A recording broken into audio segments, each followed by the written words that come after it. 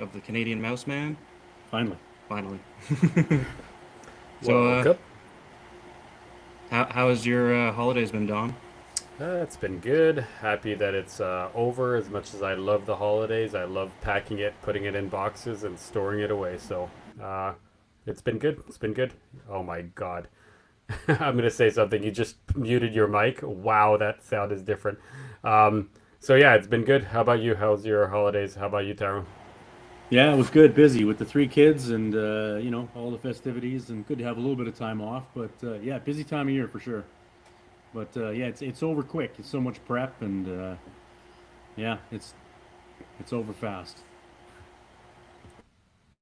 Oh yeah, for sure. It's definitely been a good Christmas, and got to hang out with family on Christmas Day, and then Boxing Day I drove out to Greg's, and then had like another dinner there, and then Saturday I got out here and been hanging out in Medicine Hat.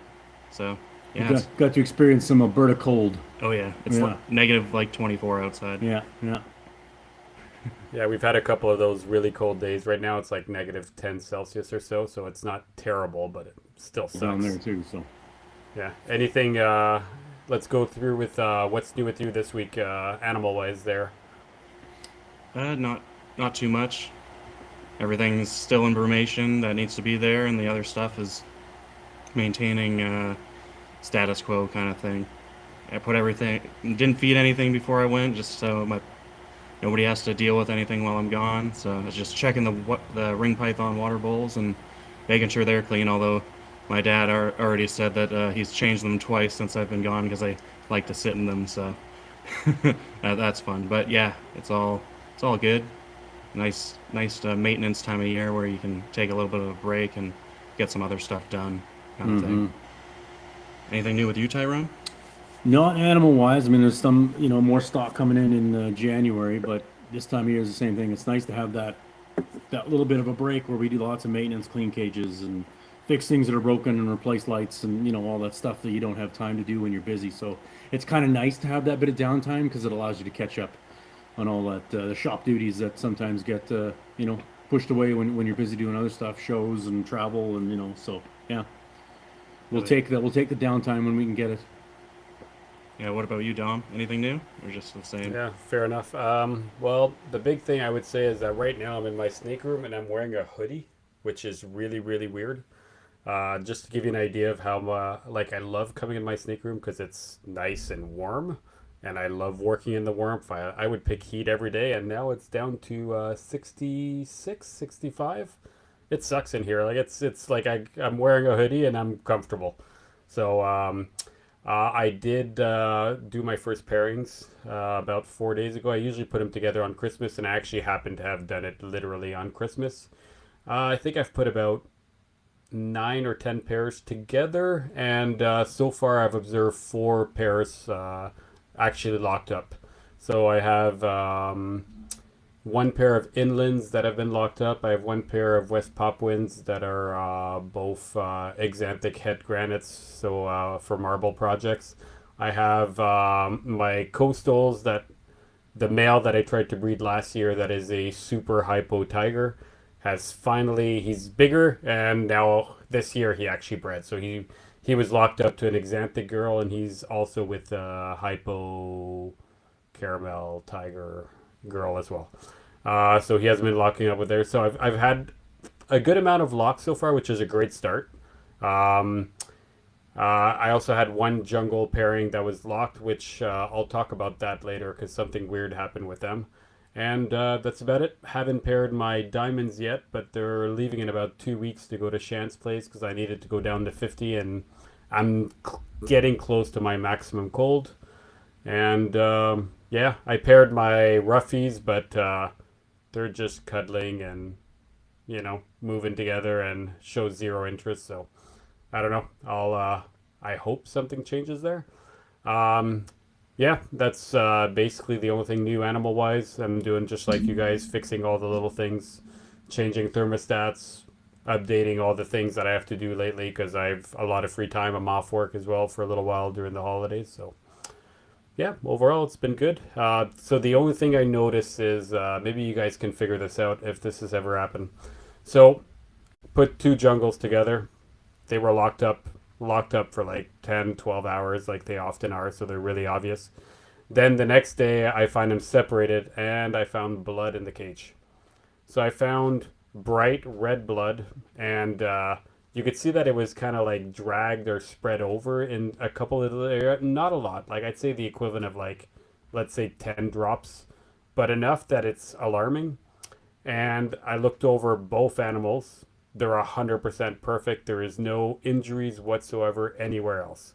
My only thought is it's either from the Cleoca or from the hemipene. And just looking to see if you guys have heard anything. Have you ever had that happen? Thoughts? Yeah, I mean, periodically you see blood from time to time. If maybe one wants to pull away and the other one does not, you'll get a little bit of minor tearing or something like that. So I would assume it's exactly that, a hemipene or a cloaca, minor tear, but nothing to worry about, I'm sure. It's kind of Especially what if I you don't was. see any swelling or, anything else noticeable. No, I haven't. I haven't noticed anything whatsoever. I took them both out, and my thought was that I've heard of males getting like their hemipenes ripped out or things like that when you get a Oh yeah. really aggressive female that wants to get away. Right. And this female is about twice the size of the male, but this is a repeat pairing. I think the third year in a row. So they're usually pretty good with each other. So it's the first time I've ever seen that. So I'm a little. I don't know. I assume nothing's wrong, but yeah, just the first time I see that. Yeah. Yeah, I've seen that in rat snakes and stuff at other Yeah. places I've worked. So Yeah. even if they have one, even if it was worse and it does lose a hemipene, the other one can usually still do the job. So that's why Yeah. they Yeah. got two. That's it. Yeah. It doesn't work for us though, eh? No. No. Yeah, I'm sure it's minor, but definitely worth noting. That's for sure. If you see blood in there. Yeah. Yeah, I'm looking to see if they're gonna relock again. Now I'm just more curious than anything to see because if they do again, then I'm like, it's all fine. Or there's a part of me that's like, should I separate, give them a week or so to heal and put them back in? Yeah, that's a judgment call. I mean, if you're worried about it at all, I would separate. But I mean, that's yeah, Not exactly. What? not Yeah, crazy worried. They're still together. They've been together for the past 2 days, so for all you know, they have locked. I don't come here in this room that often. Like I come in here, I do the creepy guy with like the stalker with the flashlight real quickly, and I walk out. I do that a couple of times a night, maybe 2 or 3 times, but that's about it. So yeah, they might have, and I just never noticed it. yeah. That's right. Yeah. Exactly. Yeah, I think Um, those sorry, roughies will be cool though when they go for you. fuck. If they go for you, for me, I No, really they hope will. so. I really hope so, man. That'd be like that'd be the crown achievement. Well, that and the diamonds. Those are, if I had to pick, I'll be honest, I would pick having diamonds over roughies. Of course. Yeah. So Yeah. Yeah. that's the number one for me. But the roughies would be pretty cool. It'd be a very good consolation prize. Let's just put it that way. Exactly. Is there any Uh, word on how that one diamond clutch is doing out in uh, Ontario? so there is, and Shan put the name of the person online today, which I wasn't sure why he did, but when he listens to this, he's gonna realize that he did. Um, So there is word. He hatched out 4 babies. He had about 7 or 8 eggs, and 4 of them came out in total, and all 4 are doing great. They're all reduced pattern diamonds. So he bred reduced pattern diamond to reduced pattern diamond, got a clutch of 8 eggs, hatched out 4, and 100% are reduced pattern. Which, to me, I'm not surprised. Unfortunately, it doesn't help on the is it recessive or is it incomplete dominant, because both scenarios, if they were both recessive, then it would give all recessive. If they were both incomplete dominant, let's say that was the like homozygous incomplete dominant form, then everything would be reduced pattern. So honestly, I don't know what it means. I just know that it means that reduced pattern to reduced pattern produces reduced pattern, is what that clutch to me tells me. So he has 4. He's agreed to sell us 2, and he's very slow to reply, but we are in the process of trying to acquire 2 more reduced pattern. So I'll take one. Shan would take one. That's pretty cool. Yeah. So Nice. Always I'm helps to. You have a reduced pattern girl, right? So Yeah, so I've got one girl that's about I'd say 6.5 feet. She's at least 1 second. Let me just move the computer. 2021. So she's of age. I think she can do it. But I guess she's not the biggest girl, if that makes sense. Like she's maybe, I don't know, this big around, like around the size of like a golf ball. So she's got size, she's got length, she's got age, but the only thing is honestly her head is not that big. I don't know how else to describe it. Like she hasn't grown into her head yet, which I don't get because she's 4 or 5 years old. It's like so I don't know. I'm trying her. I'm hoping for the best. Yeah, worst case, it takes another year, and with Yeah. a diamond python, that's just all right as long as you end up successful I'm at some not that point. patient. There's not that many in Canada, so I mean they were produced here for a while and then just kind of dropped off. So they definitely Yeah. need more. Well, Yeah, once dude. Aslam stopped breeding them and then Don Patterson stopped breeding them, we literally, those were the only two people breeding them in Canada. Wasn't Well, no, there's a guy in Calgary that bred them even before those guys, a gentleman by the name of Mark, and he bred them for a lot of years. But Okay. I'm they guessing he were, stopped though. he did, yeah, he Yeah. stopped, and yeah, nobody really picked it up. And they were, I mean, this is back in the day, probably almost 20 years ago, but they were $250, and you couldn't give them away. Can Like, you just nobody imagine? cared, you know? Yeah. Yeah. Don't get me wrong, I still think there's like 20 people in Canada that wants them. I think that's the size of the market. So I think you'll be able to sell maybe five, six, maybe up to 10 at their regular price. Like, and they're worth about, let's be honest, 2 grand. Like you can buy it from Star Python for a little under 2,000, but by the time you get it here, it's 2,000 bucks, maybe a little bit more, right? So that's the price of a diamond. But I'm just we're not enough people that are crazy into it. That if you bred like if two, three people had clutches, like we would be completely saturated. I don't even know how you'd move them. You'd have to move them out of the country. But Yeah. That's always been the whole carpet market here in Canada. It's yeah, just yeah. not, Which we're just not big enough here. yeah, that's why I need to wholesale to you, Tyrone, so you can move my animals. Yeah. Yeah, and they do sell, but it's they certainly don't sell as fast as some of the other things. They're they're a little harder, that's for sure. And I mean, I love them. I got a ton of carpet pythons here, but it's always been a little harder in Canada for carpets. They just never really taken that foothold that they should have. Yeah, I wonder Um, if it's from a lack of exposure at shows because I've literally never ever seen a Morelia table at a reptile show, Not a and full I table. No, no, and you hear of that no. all the time, right in the Toronto shows. So can you imagine if you went to a show in Canada and actually had a Morelia table? And don't get me wrong, if I went there, that's exactly what my table would be, but that's way too much work. I don't do shows. Yeah, yeah. We always have some represented at the table, but yeah, certainly not a full table. But like I say, they do sell. We probably sell, I don't know, maybe one or two an expo type thing, but they're not flying out the door. But the people that do know about them and love them and want them. Yeah. So, but the market is just like everything else in Canada, a bit smaller, and you got to adjust your production accordingly. You're not overproducing for the size of the market here.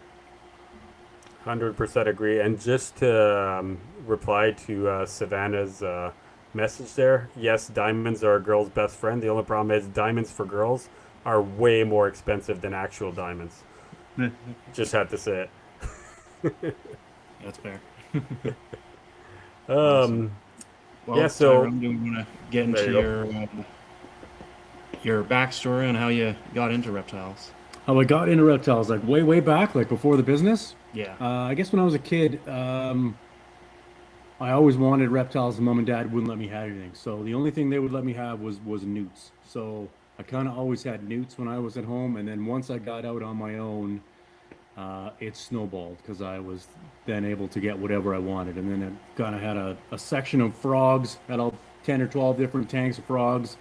And I thought, this is great. I want to maybe get, one lizard would be cool to get, and then that snowballed into 10 different kinds of lizards. And then I was like, oh, maybe just one snake, and just dabble and get one snake. And then of course that snowballed. So yeah, I love everything. That's the problem is my interest is wide. It's amphibians and snakes and lizards and everything. So I love it all. But yeah, it's definitely was a big part of my upbringing. And when I was out on my own, always had it as a hobby.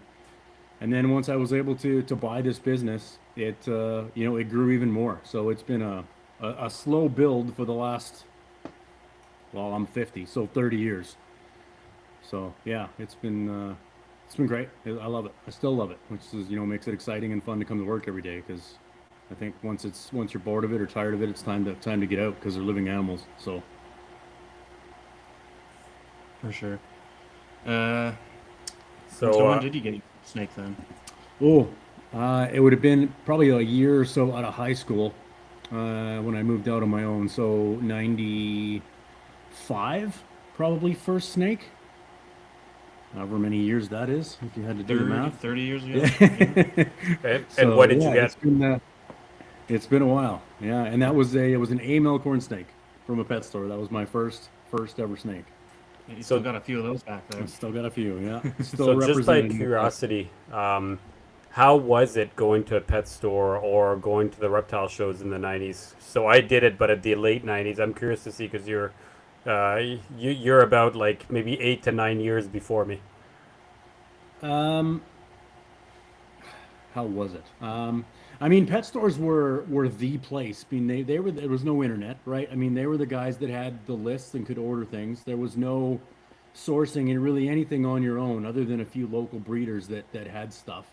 So they were the guys that had the strictly lists and all the wholesale lists that were kicking around at that time. Your Glades, Herp, and the places to get things. So you had to go through those pet stores. Those pet store guys were gods. Like they were the guys that ordered stuff. So the internet kind of changed all that and made that accessible to everybody. But back in the day, I mean, the reptile manager at a pet store that you went to was your drug dealer. I mean, he was your guy. So, and It's that's so they crazy could to never hear they it could like get it that, was right? mostly all wild caught. There was some captive bred, but it was mostly all wild caught back in the day. So you were bringing in blood pythons that the only way you keep them alive was in a tub full of mud. We would get big plastic garbage cans full of mud, and that's how you keep blood pythons. It's the only way they'd eat. You'd have to create like a swamp for them. Yeah, it was a different world, that's for sure. You had to make everything. There was nothing other than maybe like heat bulbs that was commercially available. You couldn't go and buy a rack. You couldn't buy a cage unless it was a tank, and you were converting a lid to a mesh lid. Um, you were building racks, you were buying tubs. There was no heat tape, so we were buying what do you call it? It was like a pipe wrap from Home Depot, so so your pipes wouldn't freeze. You'd Is use it that. Yeah, it had a the diode in it. So you'd cut it open, take the diode out, weld that together, and then you would make your own dimmer switch, right, out of electrical blocks, and that you routed and you made a rack out of that. So we literally created everything. There was nothing commercially available. So it wasn't just about getting the animal, it was literally constructing everything you needed from the ground up. So, and I think that's where old school guys like me learned a lot of this shit because you literally had to build everything. There was no going to the store and buying a thermostat and buying a tank and buying a just wasn't available. So just for the next show, Michael, try to remind me. I'm gonna fish out like two or three old pictures of myself. I have one that's really shameful, but it shows my bedroom, and my bedroom was all these cages handmade with wood and all that type of shit. And I Yeah. used the eaves trough, like the cable that you would put in eaves trough to warm Yeah, it yeah. up. That's what I would use to do. But I think I have a picture of myself like at 16 years old without a shirt, holding an African rock python behind the cage, but in the background. That's why I'm saying like it's really bad. My scrawny little body and all that anyway. But it's you can see all the cages, all man-made, like, and I would Yeah. play with wood, and it was all. I lived in these. Well, it was the exact same era, right? It was all. There was no such thing as buying anything from the store, or you could buy aquariums. That was about it, right? So Yeah, yeah, aquariums. Yeah. So what we would do with aquariums, if we wanted to set up gecko cages and stuff, we'd turn them on their side like a 20 gallon, and we smash out the top, and we'd build a screen for the top out of a screen door kit, right? We'd silicone that. That'd be the top, and then we'd cut a piece of glass for the mullion on the front, and then we would Velcro on again a screen kit on the front. So you'd have a screen door essentially with on Velcro, and then a screen top, and that was for your gecko or for your lizards. You could accommodate a heat lamp and because again, there was no cages that had mesh tops, and you had to literally build it if you wanted it. Do you guys remember going to pet stores and they had these gigantic aquariums that were like an octagon? Yeah, yeah, And you yeah, often see them, right? Sometimes it'll be like guinea pigs or things like yeah. that. I remember I acquired one of those and it was gigantic. It was like probably 6 feet of 6 foot diameter, right? So I had a huge hexagon, and that was what I kept my second snake that I ever acquired. And Mike, I don't know if I ever told you this, but my second snake that I ever acquired was a colubrid. It was a bull snake. So I had a Nice. pair of bull snakes that I kept in this gigantic whatever. I don't know if it had 6 sides or 8 sides, but weird little thing that Yeah. had a gigantic mesh top, and the mesh top was like 80 pounds to just remove it Oh and yeah. take it off and all that. But anyway, I had Hmm. one of those from a pet store that I kept in my bedroom. Yeah. Yeah, I remember seeing pet stores. Usually they use them for like the guinea pigs or the rabbits, but Yeah. yeah, I can Small animal picture that. pens. Yeah. Absolutely. Yeah. Yeah. The touch pens they called them. Then you just get the small Oh animals in them. yeah, Yeah. like old pet lands and that. Yeah. Yeah, that makes sense. Yeah. Yeah. Yeah, it was a different world back then, that's for sure. I mean, it's just that, I look at what it is now. It's come so far, and there's so much commercially available for heating and lighting and caging, and I mean, it's all there. Like it's just not that it's easy now, but it's just so much easier for the species that we keep that we can just go to a shelf somewhere and get something. It's incredible how much it's changed. I'd agree, but then again, that being said, I think half the stuff in my entire room doesn't come from a pet shop or places like that. You still source out everything everywhere. So I think Right. we're Yeah. still doing it. So moving from the 90s, so you've had a couple of animals here or there. Can you kind of take us the how did you get from there, from just a little keeper to making it your career? From what I can tell, because I'm pretty sure I'm not looking at your bedroom there. I'm pretty sure I'm looking at a warehouse of Yeah, some I mean, type. I'm gonna basically a warehouse full of snakes, but So yeah, we've get done me it. We've done it. from there to here. Okay, so yeah, that was say out of high school, and I kept some, things just as pets, and kind of grew the hobby for my own stuff. And then I started a place in Calgary. It was a fish and reptile store. It was called Riverfront Aquarium back in the day, and I was worked in the reptile department. So after I would do my warehouse job, I would go there and learn from those guys, and just back in the it was either books or people that you knew. You just soaked up knowledge from anybody you could. Um, so I worked there and again grew the collection, and it wasn't until I moved back to Medicine Hat, where I was a customer of Canadian Mouseman. I was buying rodents from them for my own stuff, and they mentioned one day, I guess this would have been about 2007. They mentioned that they wanted to retire. It was an older couple that had the mouse shop, and I bought it in 2008. They basically just did the mice, and then I brought kind of my reptile hobby into Canadian Mouse Man, and it's taken over. But so yeah, so full time since 2008.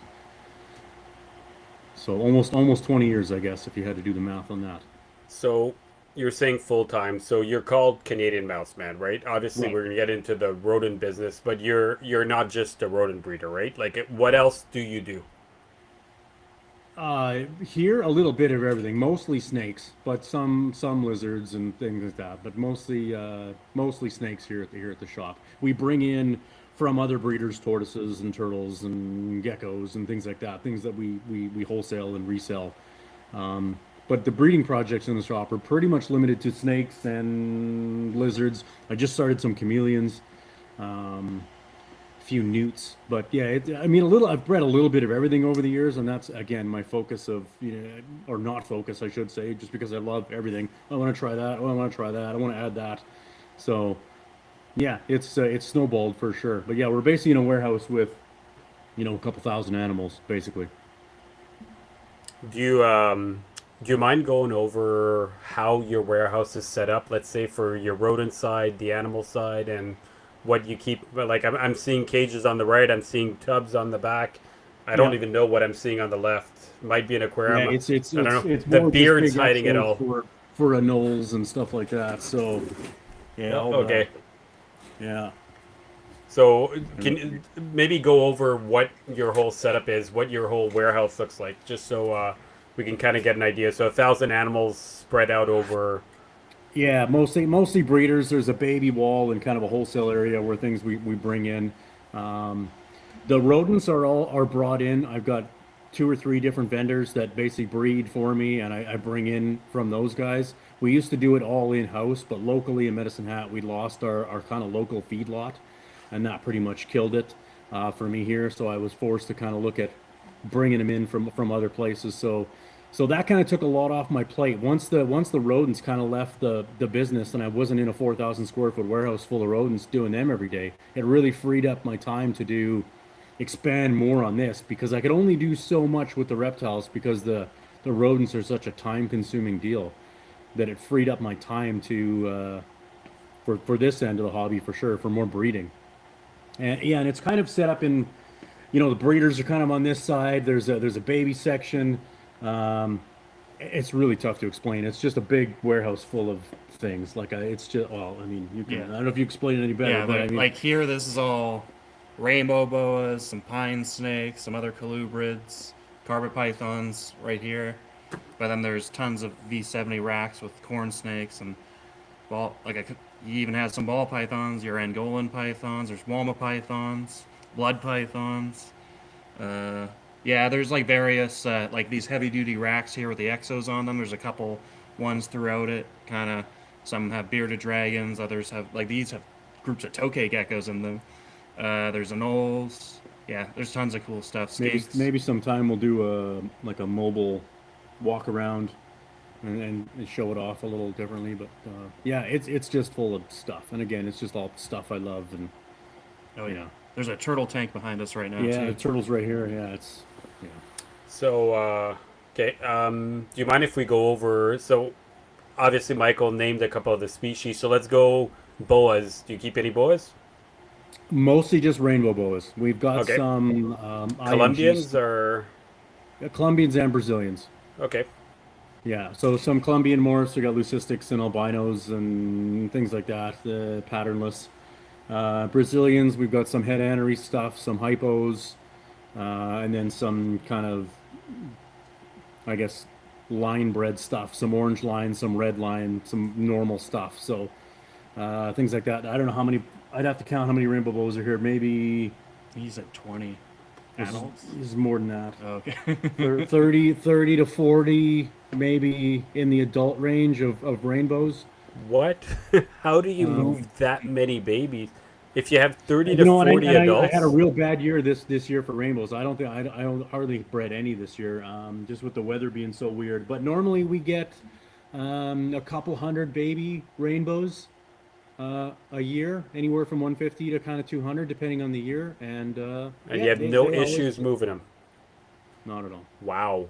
Okay, that's impressive. That's wow. And even when you end up with 20 left over from the year before, they're just that much bigger, and people don't mind getting a slightly bigger rainbow that's already kind of coloring up a little bit, right? So Yeah, it's not the end of the world. yeah. And for keeping your rainbows, do you find that you're keeping the humidity much higher than other animals in there? I, f- I mean, I I always make sure they have a big soaking dish. You just can never dry out a rainbow. That's the biggest thing. Humidity. I mean, they get sprayed, once or twice a week. The cocoa holds a lot of humidity. Most of them are in PVC, which holds the humidity really, really good. But one thing that I do with my rainbows is I almost keep them like colubrids, and a lot of people keep rainbows just too hot. They think boa, and it's got to be in the 90s. I mean, I think our hot spot on our rainbows is 87. Like we keep them almost like a colubrid. And I think that's where a lot of people fail is they just keep them, too hot, and their the digestive system just always on, overload. They digest really fast. They're always moving. It's just too warm for them. So I think it's one of those things where we need to start looking at our temperatures a little more with rainbows, and they're definitely more cooler than we did in the past. No, Very cool. Yeah, when I kept rainbows for, I don't know, probably about 4 or 5 years. Not Colombian, was it? No, it was Brazilians. Shan Brazilians. bred them forever, right? And whenever he would get them, like he loved them. He would have always like one or two clutches. I guess you can't say a clutch, whatever, a litter uh, those weird snakes that don't lay eggs. Um, Right. so I would get some and I'd keep it for 3 years, and I'd be like, they just don't do it for me, and I'd push them back to them. I think I've had rainbows 2 or 3 times, and every time I got rid of them eventually. They're beautiful, but Yeah. never really did it for me. So let's go down the python. What Sure. pythons do you Wait, you wait? need to. What Well, do I need to? sand boas, I Yeah, guess. and Oh, you got Amazons too. But Oh, there's hit the Amazons. Yeah, Sambos yeah. first. Yeah, there's so much here. I even forget what's even here. Yeah, there's Amazons. There's tons of sand boas. There's tons of Amazons. and Um, do you breed your Amazons? did, I bred them years ago and then got out of them because again they just weren't very popular. And a few years ago, I kind of bought babies again and been growing up like red calicos and stuff. So in the future, I think I'll have one pair ready this year, and then there's 6 or 8 or 9 more growing up for the future. So yeah, they're on the roster for sure.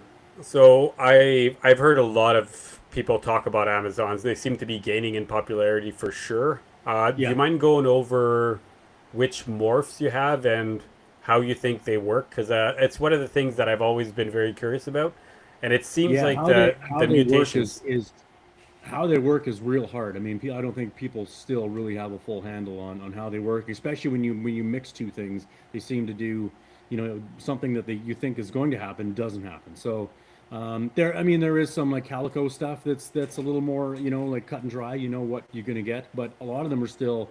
You really don't know what colors or patterns you're gonna get out of them, which makes them pretty cool and exciting. I've got mostly red calico stuff and colored some tigers, some orange tigers and stuff. So, I mean, with the tigers, you kind of know what you're going to get. In the calicos, you know what you're going to get. But even that, I mean, even talking to Dawn, you breed two what you think are going to be red calicos, you should get all red calicos, and then you don't. So, it's still a little bit, there's a question mark there. So, yeah, it's not really mapped out fully, that's for sure. So, but I love the Amazons. They're great. I find they handle really well. I mean, I kind of have a bad reputation, I think, but I mean, I just reached in and grabbed one for you the other day. Like they're not really bitey, and they are gaining, like you say, in popularity with all the different colors and patterns. So yeah, I'm hoping in the future they'll take off and people will appreciate how cool they are. That's for sure.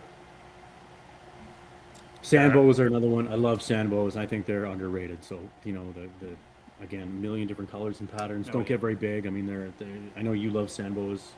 Um, yeah, Me they're cool. or Mike? Mike, yeah, Yeah, I yeah. was I know. gonna I know say you don't love sandboas. I. Yeah, Just so we're clear, I love boas. I think boas are really really cool. If I were to get boas, I'd probably get the equivalent of tree dwelling boas because anything arboreal is what catches my eyes, right? So right. I'd probably be into Amazons and into basins, into emeralds, into maybe Cook's tree boas, maybe like anything that would hang on a perch or hang upside down, a skinny type body, long animal is probably what I Yeah, would be into. Why do I not have any? Because I am not in a warehouse. I'm in a tiny room and I can only keep so much. yeah, And I have no idea how to breed boas. Like, I'm sure I could figure it out, but it's just not my thing. So, yeah. you know, it's. I don't hate boas. Now, that being said, a tiny little sand boa, probably not what I would get. But, I mean, I keep little tiny pygmy pythons, which make no sense in what I love, right? To me, a pygmy python is like a sand boa, right? It's They're somewhat smaller than similar. a sandboa. Pardon me? They are smaller? Smaller than a sandboa, that's for Yeah. sure. Yeah. I'd be curious, how do you breed them? How do you take care of them? Maybe we can go quickly into that and what you keep exactly, what types of sand boas. The Kenyans, yeah. Again, lots growing up, lots of different morphs, splashes, and paints and things like that. I don't have a lot of adults that are, anything spectacular. A lot of hets, so a lot of normal-looking animals that are kind of double hets and things like that, anneries and stripes, and but yeah, they're just in a rack. I mean, they're so easy. I mean, you can almost keep them like a corn snake. They're in like an aspen shaving with a water bowl.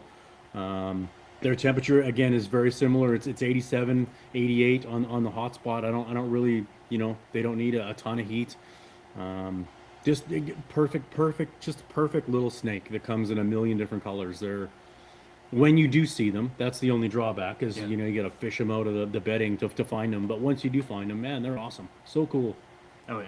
Yeah, I find at night they'll be out at night kind of thing. So Yeah. if like they were my first snake.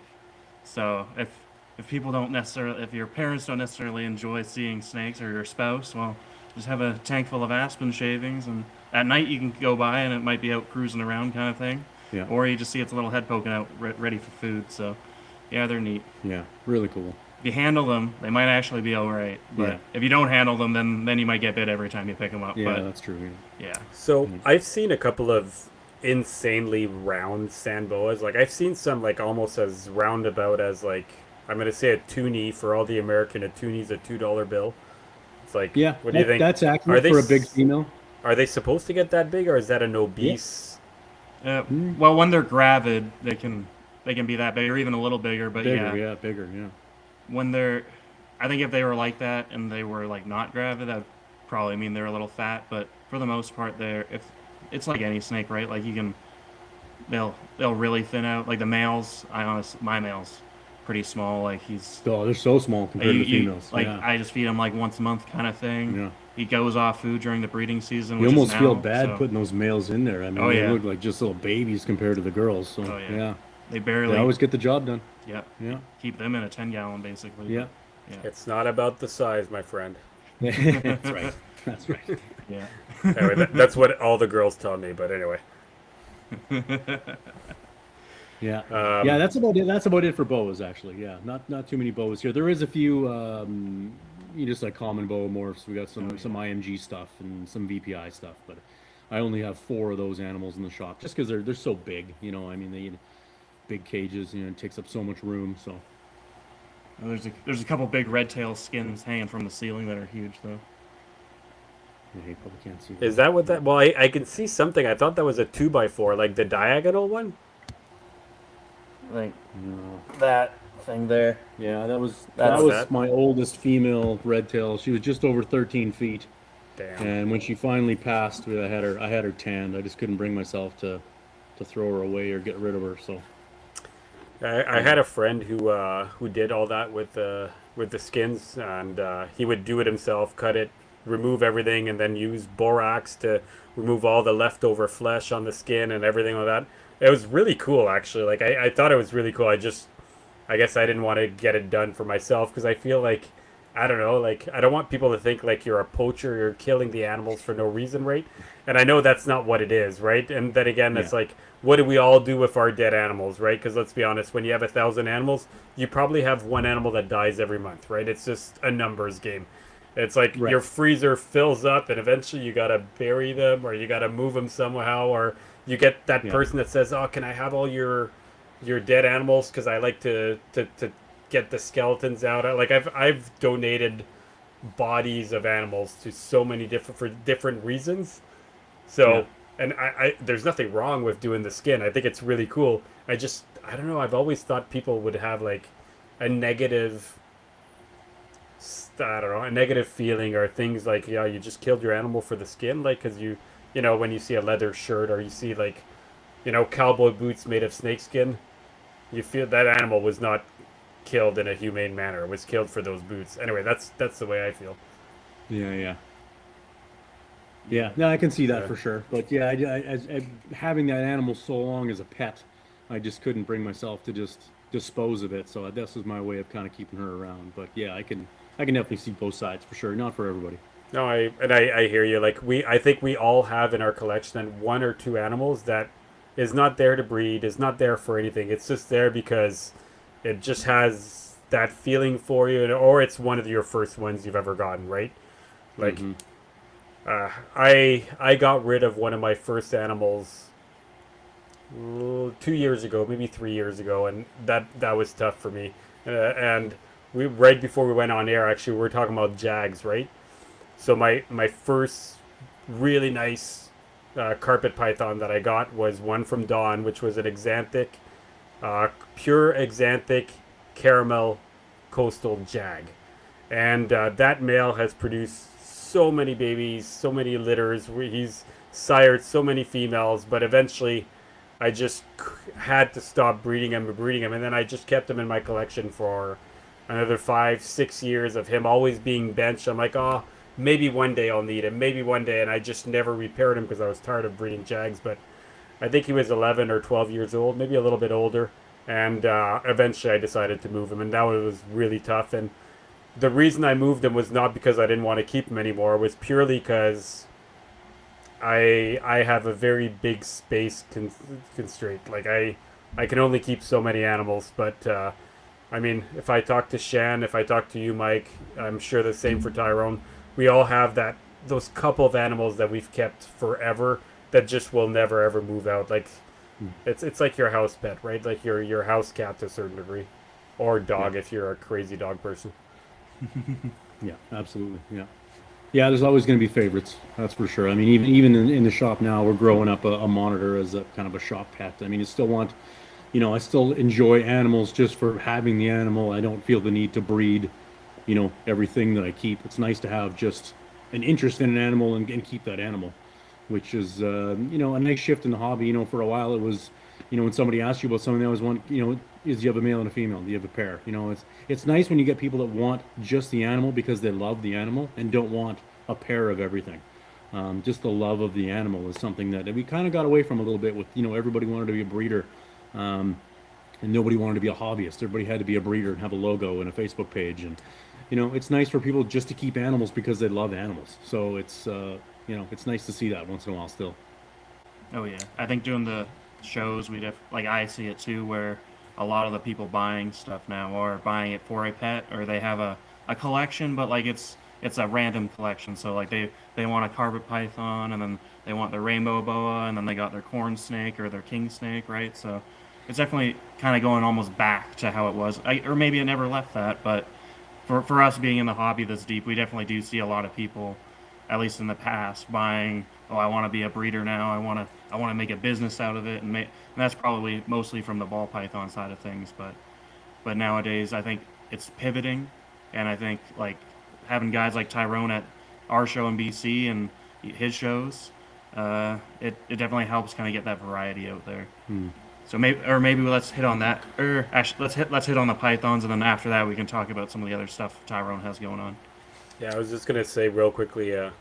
It's funny because when I started keeping snakes or keeping animals altogether, I I've owned two ball pythons for about 10 years, and it was a male and a female, and I never put them together, ever even thought of putting them together. And that was the crazy thing, is that it wasn't even in your brain to breed when you first got into the animals. Like you would get all these animals, and I had a one-off of everything. I remember, like, I had one green tree python, I had one scrub python, I had one blood python, I had one African rock, I had I had just all these single animals of any random ass shit that it just didn't matter. Like, it was just, I love this, I love this, I love this, and I kept that for so many years.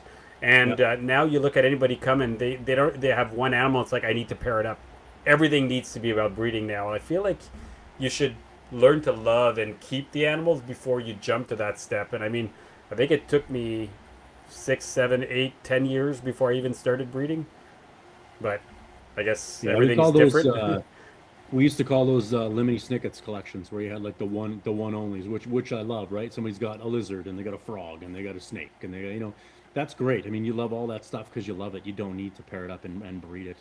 Nothing wrong with breeding. I encourage breeders all the time, but I think there's a big value in having an animal and even for years, and really getting to understand and know the animal before you jump into the breeding thing. So there's a lot to be said for experience and just keeping animals for sure. Oh yeah, for sure. I think yeah, like I didn't breed until I had those Sambos for 6, 7 years until I finally bred them for the first time, kind of thing. So yeah, like I think taking your time, like you did, and like lots of other people do, and then you eventually slowly start breeding, and then you trade some stuff for some other stuff, and slowly build up your collection to a manageable stage, and don't go overboard. I don't think that doesn't hurt anything at all, because all we're trying to do is feed our collection, kind of thing, and maybe buy the next project. But yeah, Yeah, 100%. That's a lot of the times it's like, why are you breeding certain animals? Well, certain animals I'm breeding because I want to see what comes out next. And certain animals, well, they sell really well and they pay for my next thermostats that I need, and If they have a full clutch and I can sell 10 of those to get one animal I want, and I don't have to use real cash from my wallet, that's worth it for me. Yeah. Exactly. So, Tyrone, let's go down the python route. What pythons do you keep? Bloods, carpets. Red light. Yeah, there's Bredls here. There's white lips. Womas. What else is there? Angolans. Yeah, the Angolans from you. Um, Do you have any Maclots or anything, or no? no, Those I mean ones- we once in a while we get Max and Waters and stuff just for sale that are kind of in and out the door, but nothing that's growing up to stay here. That might be it actually for pythons. Pretty sure I could guess who those Yeah, there's some ball Maclots. pythons here. Yeah, there's some ball pythons. Yeah. Yeah, some breeding project ball pythons, just kind of normal, Scotch bells and albinos and stuff like that. And I have a big Volta female, which we really like. It's nice seeing a normal looking That's giant the ball python. that's the Yeah, it's not locality ball locality. python, right? Yeah, Yeah, yeah, it is a big girl. yeah. It's That's impressive kinda to see like just a normal looking, proper ball python, what they should look like. So How long is it? Over 5 feet? yeah, I would say probably almost 6. Wow, that's Yeah, kind of cool, it's actually. it's bigger than your Angolan female, I think. Like Oh, thicker, yeah, for thicker sure, yeah. and a bit longer. Yeah. So let's go down the Angolans. What are you doing this year for them? Are you planning on breeding them? I don't know. I was you said you paired one last year, so it's one that didn't go? So, so my experience with Angolans, I've bred them. I think we've bred them a total of 3 times, and this is the two of them together, right? So, and I have never ever had a female go year after year, ever. Right. Okay, so the girl that went last year is the smaller girl. Right. So I would still pair them both. So every year we've always paired them both together, and it's always been the different girl. So technically, this year would be the big girl that would be ready to go. Yeah. So I don't know if that's a thing. Like I would talk to other Angolan breeder. I'll be honest. I was never on the Facebook groups for Angolan pythons and all those kind of things. But from my experience, I've never ever had them go 2 years in a row. So I don't know if that's actually a thing, and I was still breeding them. I was still pairing them, and they were locking up every year. So that male will lock up with both, and there's still only one that'll go each year. So, and I would breed him the exact same way I breed carpet python. I would stop feeding him. I would lower them, then I'd bring them back up and pair them, and the Yeah. exact same like the typical python breeding schedule. I mean, if you know it's what I mean. nice to have them alternate as well, that they're both, not going, and then they can, you can have a little bit every year instead of all at once. So yeah, I'd probably just do the one girl this year. That's probably the plan with those. I'll try some Momas, try some Bloods, try some carpets this year. What type of womas do you have? Just typical womas, or do you have actual Just locality? typical Momas, yeah, yeah. It's all it's Dawn stock, but yeah, it's just normal. I think Normal Don had red line womas, is what he called them. Do you have any of those? Not what I mean, maybe when they were babies, certainly not anymore that they're adults. I mean, a lot of them lose that, and these are no different than that. They just look pretty normal at this point. There's one pair that I have that would be more of like a silver line I would consider, and then more of a taupey brown. So, but they're certainly not red by any means. But again, maybe the babies look. Yeah, and I did produce babies last year, and they do look quite red. But I mean, So, obviously that's probably not going to stay until adulthood. so a couple of things with womas that I'd love to hit on. Number one, next time you produce them, if you can guarantee me a female, I'd love to have one. The reason I'm saying that is every time Shan breeds them, he only has males. Every female turns out male, and I have never been able to own a female Woma in the past 6 years, and I've owned about 5 now, and all Isn't my that females funny? turn out male. And last year I think I had 2 males and the rest were all girls. I was so Really? female heavy. Yeah. Go figure. And in fact, I probably even had some in Toronto when you were down there. Like I think you had one. maybe one left, one girl. Yeah, Um, I think it's sold in BC too, maybe. I wanted to go down the incubation.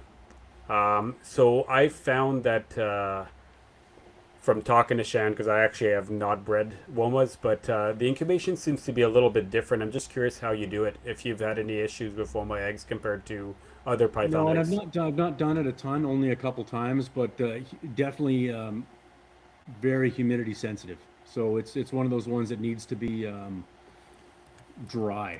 So we don't oversaturate the vermiculite, that's for sure. And they need to be done on an egg crate instead of sitting right in the vermiculite. So yeah, little more humidity sensitive, that's for sure. Those eggs can rot pretty quick. So yeah, we always keep an eye on that. Lots of airflow in the lids and not right on the substrate where a lot of the other stuff, blood python eggs and stuff like that. I mean, we sink right down into the vermiculite, no issues. But womas definitely need it more dry, that's for sure. And they don't like water. You know, you can't ever have condensation in the tub Yeah. raining down on them, so you need a lot of ventilation in the tub. So yeah, that seems to be important for them. So you go a little lighter with the mixture when you put it Def- together. You because I do. One of my buddies gave me like a good ratio of weight to for the perlite at least. Do like a 1-to-1 weight ratio with it, so so it keeps it on like the bit of the drier side, especially for like the transpecos. Yeah, and I've never been a measurement guy for Yeah. ratios for bloods and everything else. I mean, I just Yeah. spray it till I can clump it, and then put the eggs in there, and I'm done. Throw it in the box. But with womas, yeah, I mean, it was kind of a mist, and then as long as it didn't clump the vermiculite, but it was humid. That was what I went for, and it has worked out. But yeah, very humidity sensitive, the eggs, that's for sure. Oh yeah. So since we're talking about incubation, you've got multiple different species, and they don't all incubate at the same temperature. So do you have a few different incubators? Do you do Yeah. colubrids just on putting them on top of the shelf and forget about them? How No, are you I've doing got all an that? incubator for colubrids. I've got two big 4-foot Cornell's World incubators, one for pythons, and then one for colubrids. So there's some colubrids that like it a little cooler than other colubrids, so I keep them at the bottom of the incubator, and then I kind of set it around 83 for colubrids. So if there's some that like it, really low 80s, they go at the bottom. The ones that can take a little more heat go to the top. So I kind of play with it that way. But yeah, two different incubators. And that seems to get me by. That's for sure. And when you say Cornell World's incubators, for the people who don't actually know what that is, what is that? Is that a fridge? Is that a PVC box? What are we? Right. Yeah, What it's a are we PVC box. It's this big one. It says 4 foot. I think it's 4 foot by 4 foot by 18 inches deep. Greg could is probably there answer that. insulation in there, or is it just a PVC? No, just the PVC. There's fans that circulate the air, and then there's heat tape. So the fans kind of move the temperature around, and yeah, they're really really good. Like they work really really Interesting. well. And Yeah. what's the front like? Is it a glass front? Exactly. Yeah, two big sliding glass doors. Interesting. And Yeah, they're stable, no issues whatsoever. no issues. I've used them for Interesting. years. Yeah. I'm just purely curious because to me, PVC is not the greatest insulator. Like it's good, but I'd be curious to see. Do you have any standing water or anything like that to try to use as like I've a got buffer? You know containers what I in the mean? bottom, depending on how much humidity I want to achieve. I've got open containers in the bottom, which I fill with water to kind of keep some humidity in there. The Okay. womas I always did kind of up towards the fans to kind of keep them in the airflow a little more. So yeah, it just kind of depends what you're incubating is kind of what the blood pythons can go down lower where it's more humid. Being swamp snakes, I mean you can those things can be almost wet and they hatch out. So So just to go one second, so I use water in the incubator purely as a stabilizer, right? The more water you have, water keeps heat. You can open and close the door, it kind of stabilizes it. It's a buffer.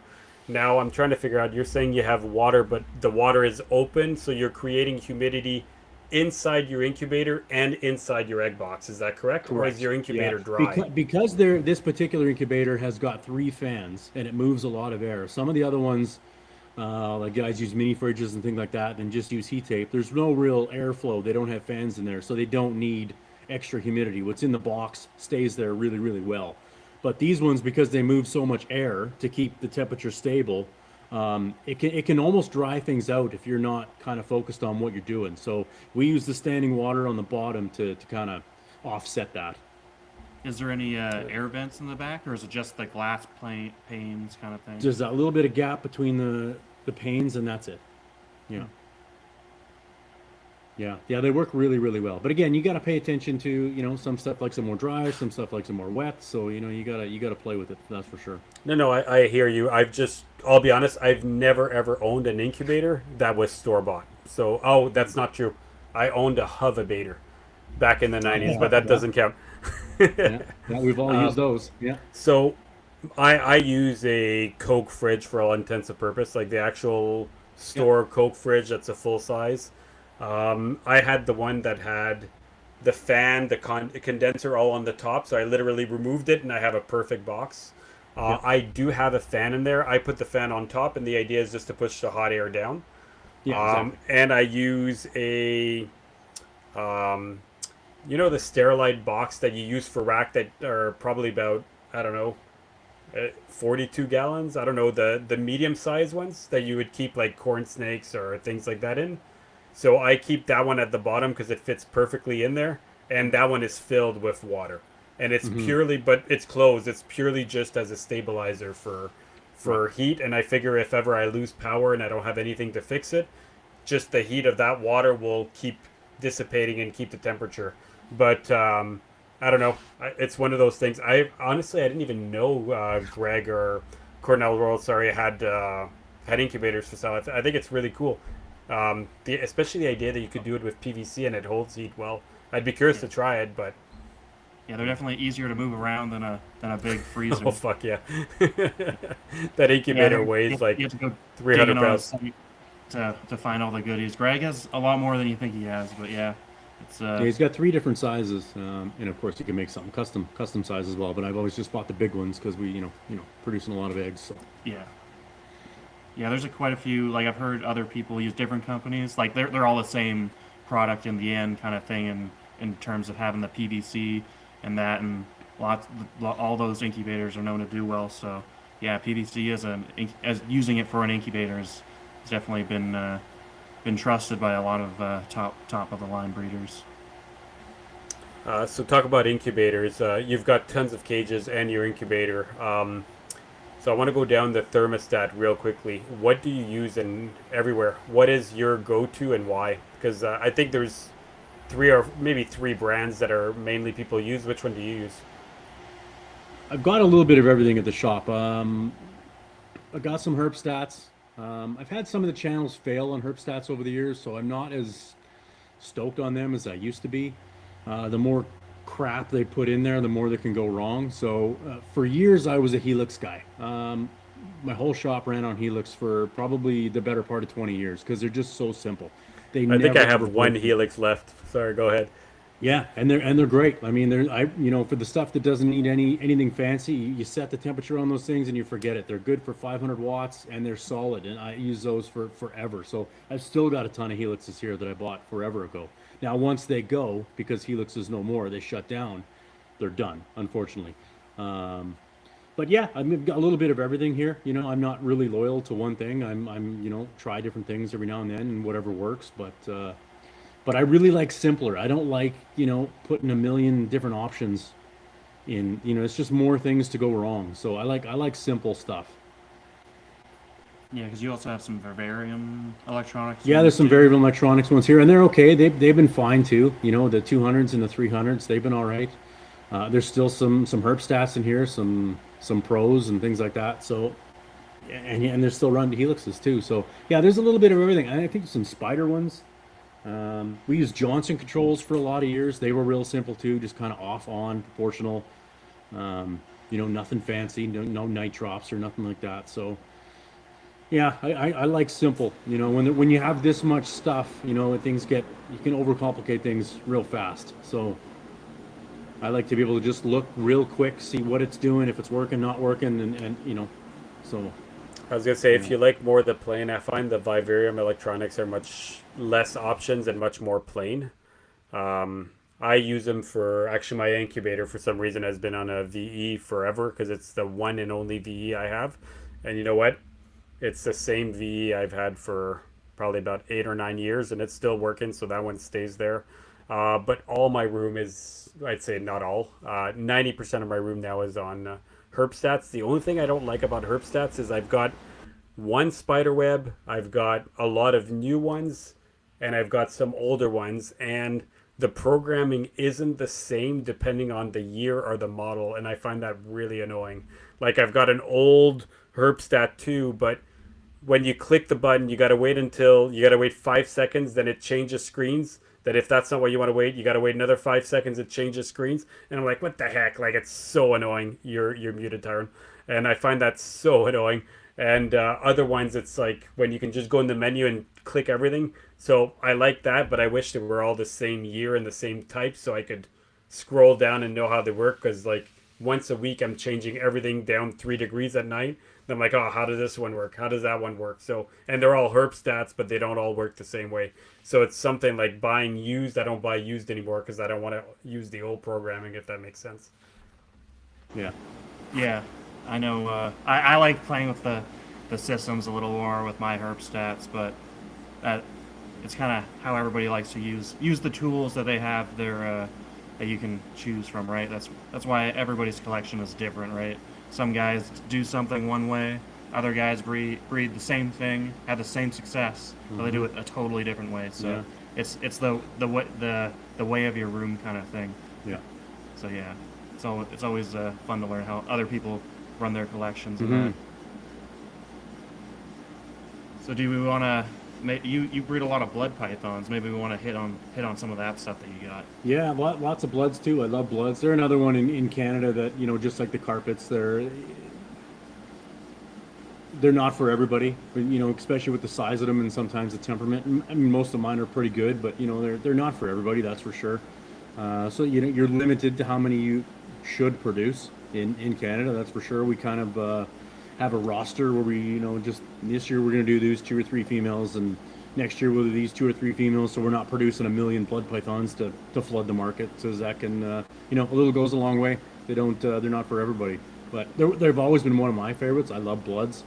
And a million colors and patterns too. Like you can't go. There's white and red and stripes and not stripes, and I mean there's just everything. So they're another one of my favorites. I mean I really, especially you get a good tempered, blood. I mean they're just awesome pets. But they're big, so not everybody wants a big snake like that. So it's not for everybody. That's for sure. And do you mind going over what type of bloods? Because I think there's 3 different species, right? There's blacks, there's Sumatrans, and what's the other one? Borneos. Borneos. There you go. Or no, so Sumatrans Borneo are, shorttails. Yeah, and then Sumatrans are blacks, and then there's also the orange head Sumatrans, which are like the northern subspecies or like phenotype kind of thing. So Yeah, and I don't do any of that kind of stuff. No Borneos, no Sumatrans. It's just bloods. So I've kind of limited myself to just that one and get morphs within that. Yeah, what morphs do you got? And how many? Golden eyes, T positives, T negatives, batiks, ivories, matrix, lots of het stuff that's kind of coming up that we don't want to discuss quite yet, but lots of stuff coming and growing up that's cool. Yeah, what else is here?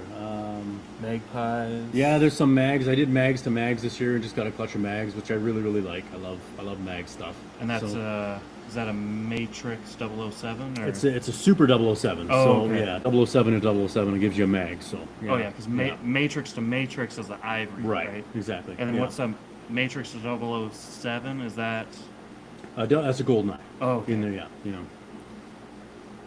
yeah. There's so many cool ones. I was gonna say you'd have to learn the whole terminology here. I'm listeling to you guys go and.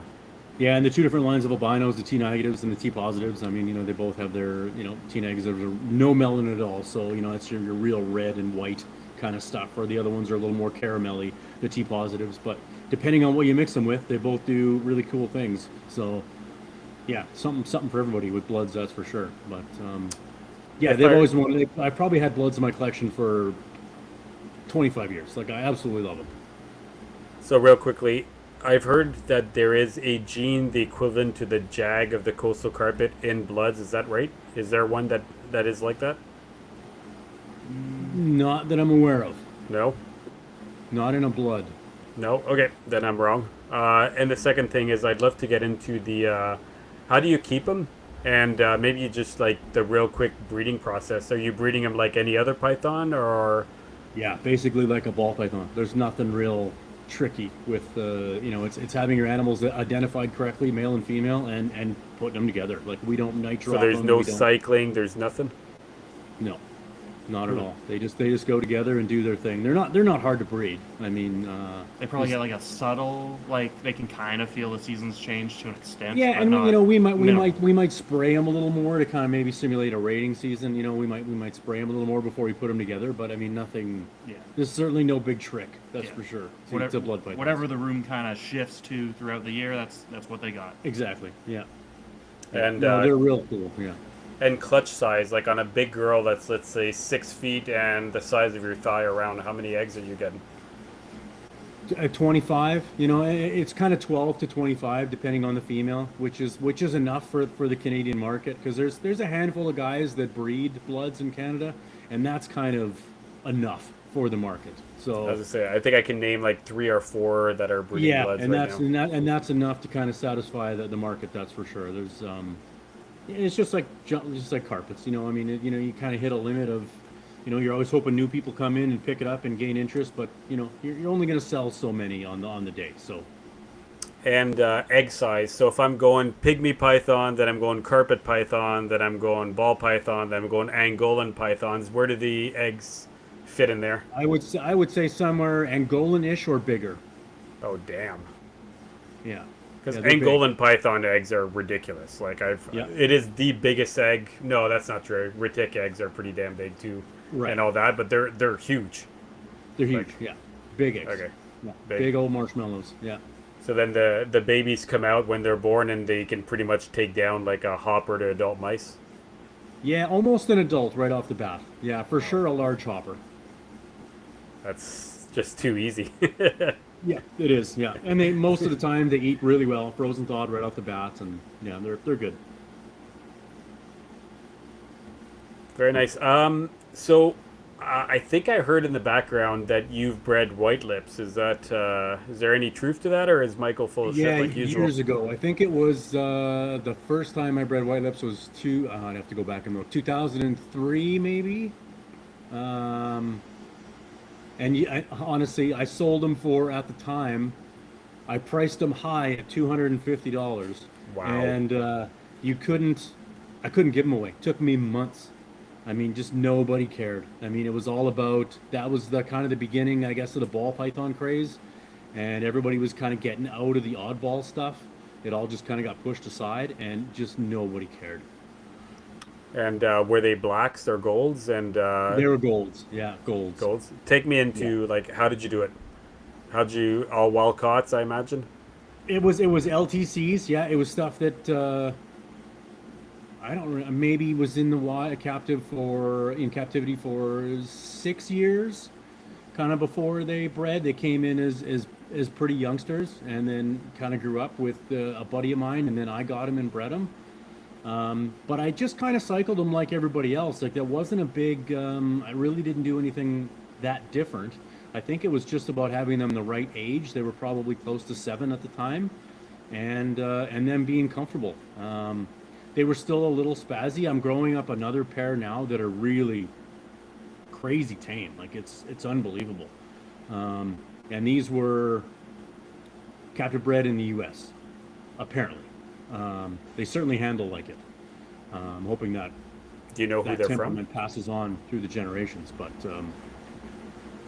But yeah, there was no big trick to them either. I mean, we did kind of a rainy season as well, a slight night drop, and put them together, and we had 10 eggs and 10 hatch out, and they were Nice. perfect babies. How Um, big of a cage did you have set up, and what did that setup look like?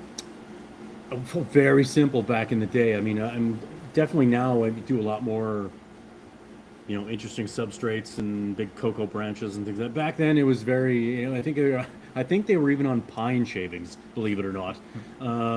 So it was pine shavings and a water bowl back in the day. Like it was just super super simple, and they bred. Um, sprayed them once in a while, but it was very very simple. Um, yeah. Do Yeah, you I think there's guys like Chris Montross bred red white lips in that time period, or even a little earlier, and I'm pretty sure he said the same thing, that they're hard to sell, but they weren't actually that hard. Like you get the long-term wild caughts that you raise up from. Were they juveniles when you got them, or Very young. okay? Yeah, very young. Not babies, but I mean in that juvenile range too, where they were probably eating like a large fuzzy Okay, mouse. yeah. They're small. Yeah. Yeah, seen Cody So- Joe's babies this year. They're Yeah. It's like, okay, so yeah, they are small. Yeah, when they're they hatch thin out. for sure. Yeah, they're little shoestrings, that's for sure. Yeah, they eat good. They all eat really well. Yeah. But So yeah, when- so and then I got rid of them just because I love them, but I mean I can't keep breeding stuff that the public doesn't want. So my collection has gone through kind of stages over the years as a business where I have to kind of always retool a little bit to keep selling the things that people want. I mean, it's great that I love it and breed it, but if it just sits in the rack, then there's no benefit. So yeah, got rid of them,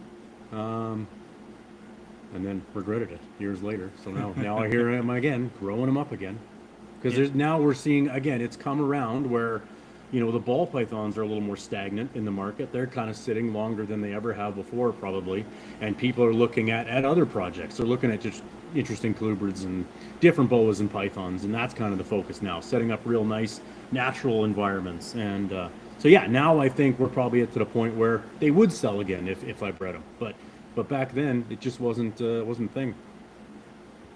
Let's say I bred Haitian boas one time too, Oh, yeah. and I mean, forget about it. I mean, nobody cared at all. So I mean, I got rid of those. Just there was no interest from the public in those.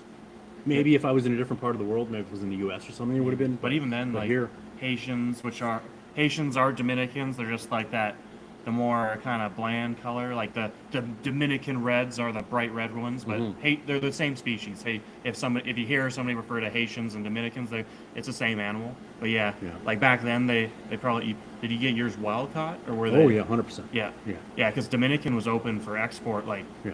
up into in the last 20 years, I believe. 'cause Yeah, you could still were get- getting them out of a bag, pulling the ticks off, Oh, yeah. and then again keeping them for a couple of years till they were comfortable and settled in, and then putting them together. Those babies were tiny, man. They were just like little noodles. Yeah, I had to force feed pinky heads on those things for probably 6-7 months before they took food on their own. It was just so labor intensive, and then to after all of that to establish babies and then nobody caring really, it was just like I'm not doing this again. Like so much work for the outcome. So again, just kind of retool, right? Okay, well, push those to the side. Those didn't, try something else that maybe somebody will want. So Oh, for sure. yeah. Yeah, it's cool hearing guys like we talked to, like Pierce and that back in the day. Oh yeah, we had Bahamian boas and all this weird, funky wild-caught stuff from the Caribbean and from even South America and Asia that like doesn't come in anymore.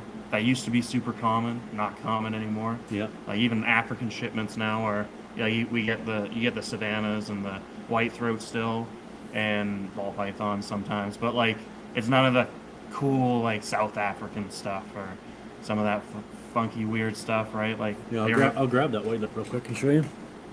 oh yeah, gonna go do a little show and tell now. 'Cause we can pull stuff out too if you want to see anything. You're gonna grab the white lip. I'll definitely look at the white lip. Remind me a bit again. Is the gold the black ones are the more expensive ones, right? They're the ones that Exactly. Yeah. Yeah. So, but yeah, these are the captive bred ones from the U.S. and and they handle not head shy. So there's only been a few people that have captive bred them in the U.S. Do you know who they're from? No, and that's why I put it in air quotes when I say captive bred, because I don't know 100%. So the only captive bred white lips that I know that have come from U.S. is Lisa Farina's have brought them Yeah, in. those are black. Those are blacks. Okay, so those are so Quite a few people have done the golds. yeah. And they're not scarred up, they're not nicked. The temperament's great, so I do believe they are captive bred. But I mean, they're just so good. Like yeah, they could be from William, right? Yeah. William bred them. Owen bred his northern. So and there's actually, I think they went through a few years in the U.S. where there was several people every year kind of producing them periodically. So Yeah. it could be one of those guys. But so we'll give them a go again now that there's interest in the different stuff. We'll give them a go. A few more years to grow them up, but we're getting there. Yeah, I'd 'cause be curious you've to. gotten some other bigger animals too in the past that you kind of had and then let them go again. Yeah, And yeah, Yeah, white lips are definitely on my short list of things I want to get. yeah, If we're still kind of working on importing, and if so, white lips are definitely on there because yeah, they are surprisingly cheap to import, like yeah, ridiculously cheap to import. So yeah. I'd love to try to get my hand on that. I'm just curious if there's anybody still in the chat. How do you guys see the white lip? Because to me, I'm looking at the snake and it's a little bit blurry that I mean I see a snake, but like I can't tell oh, okay. exactly the On our quality. side, it looks good, but Yeah. yeah, it Yeah, might be a little blurry. Yeah, But yeah, yeah, I don't know. It's hard to yeah. say. And the Like show and tell doesn't always translate on these little cameras, but yeah. yeah. it's nice and like my side is clear, but your side is not as clear. Mm. Oh, okay. Yeah. Just curious. Yeah. Yeah. I can always put in Yeah, pictures we for can. the thumbnail later Yeah, or exactly. something. Yeah, yeah, Yeah. yeah. Yeah, it most But yeah, likely still is one clear of though. one of the favorites anyway. So that was cool project. Yeah, I think the turtles want to eat the white lip because all four of them are now at the front of the glass behind the computer here, Very seeing what's nice. going on. Where do you want to go down? What do you want to talk about, Mike? Do you want to go down the colorbid route or Yeah, talk a we bit didn't about even that? we haven't even touched colubras yet. Well, What so colubrid I'm gonna projects give. do you- I was gonna say you want go me to- for it. It's all you. Okay. Sounds good. Oh, so what colubrid projects do you have going on currently? Like what's kind of your focus right now? For the bigger guys, the cave dwelling rats, were always a shop favorite. They're really cool for a bigger colubrid. Pines, we got the black pines and some southern pines. Some leucistics and some albinos. Last year we did a pairing with a leucistic and an albino to make some double hets. They all came out hypo, so technically they're hypo double hets. So we're growing a group of them up to kind of see what's going to happen with those in the future. Corns, kings, milks, nothing real crazy colubrid wise. Yeah. What type of kings and milks? MBKs and cow kings. Milks are albino Nelsons, splotched Nelsons, and some Sinaloans. I've cut back a lot of the Hondos because that's kind of seemed to have a bit of a downturn with the bigger colubrids. We're seeing, I think, a lot of people want the smaller stuff. The blue-eyed house snakes Oh yeah. are always a favorite. People are really digging those black still. milks too. Black milks I'm going to give this year off Okay, because we yeah. did them last year. But yeah, they're always a favorite as well. Yeah. For a big. I think You they're the best pet snake, I believe. Right, yeah, big. They eat all the time. Best of both worlds. You get the tricolor look when they're little, to this big black, confident animal that eats, that doesn't bite, and so you get everything that's cool about a Mexican black with bigger size and doesn't try to chew on you when you take it out. Exactly. And you can just keep it ambient. Yeah, exactly. Yeah. So yeah, that's probably it for colubrids, honestly. Yeah, you got tons of corn morphs, so like what Tons of are corn some morphs. of the corn morphs you got? Lots of pied kind of combos. There's a few scaleless in there. We didn't go too heavy on the scaleless. They're not for everybody.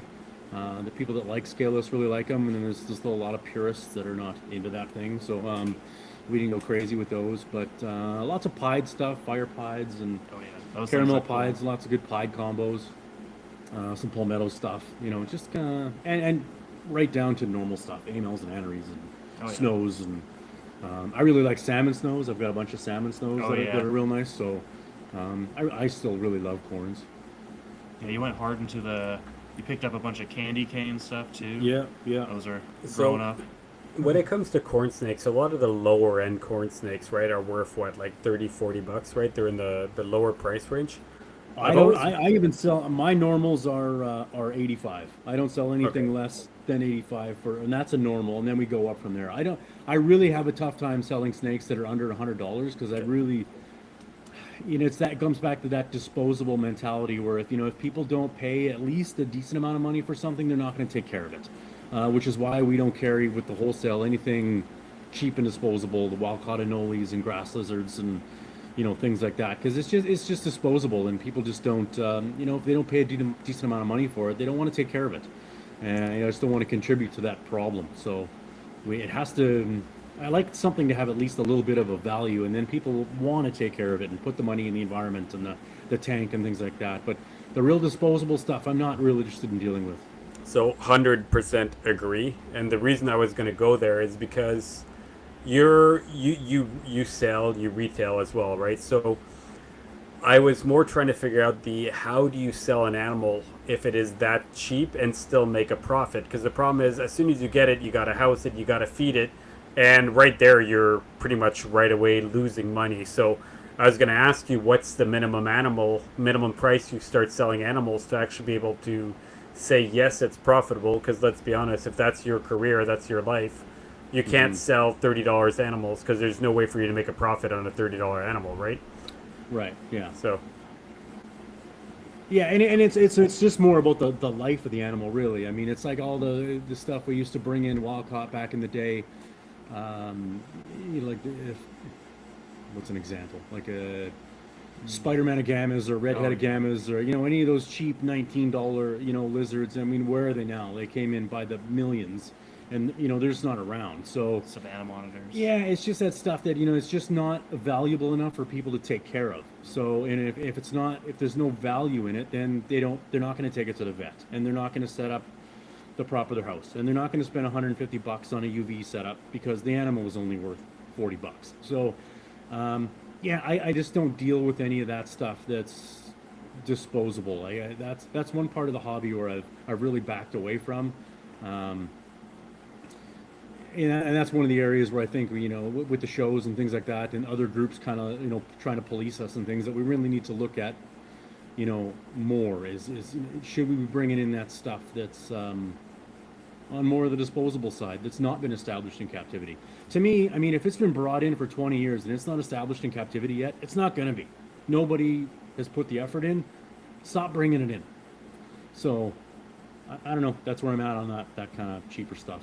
No, I hear you. The only thing is, I'd say, like, I hear of people like importing tokagekos, which now it is somewhat established, but people still bring them in because they want different lines, they want different bloodlines, and a tokageko is still like a $15 import. I think it's like you can get And, a and and I guess my argument to that would be they are being captive bred, so people can add them to colonies. Where the other stuff, maybe like red-headed gammas and things like that, people aren't breeding them at all. So if it's not been bred at all, or can't be done, or we haven't figured it out, or they're dying too soon, or whatever the case may be, why are we still bringing them in? So that's where kind of was going with that. Now there are exceptions to that, where like you say, I mean, people are white lips. You bring in imports and things like that, where people still do take care of them and want to establish them, and they are being bred in captivity. But that's certainly not all animals we bring in. So I think it needs a closer look. That's for sure. see if I brought back the argument to green tree pythons. They're bred a lot, but you know what the problem is? If you want pures, they're really, really hard to get. And to me, there's a reason why there's still people importing them. Because you know what? You look at everything that's being produced in Canada. There's some that could be considered pure, but I don't even know if I trust it. I think you're better off to just get wild caughts. And if you actually just want pure animals, that's the one way to guarantee it. And certain animals are so crossed or mixed that it's really hard to know. Yeah, yeah. That, Some stuff you're that's absolutely right. Yeah, yeah, yeah.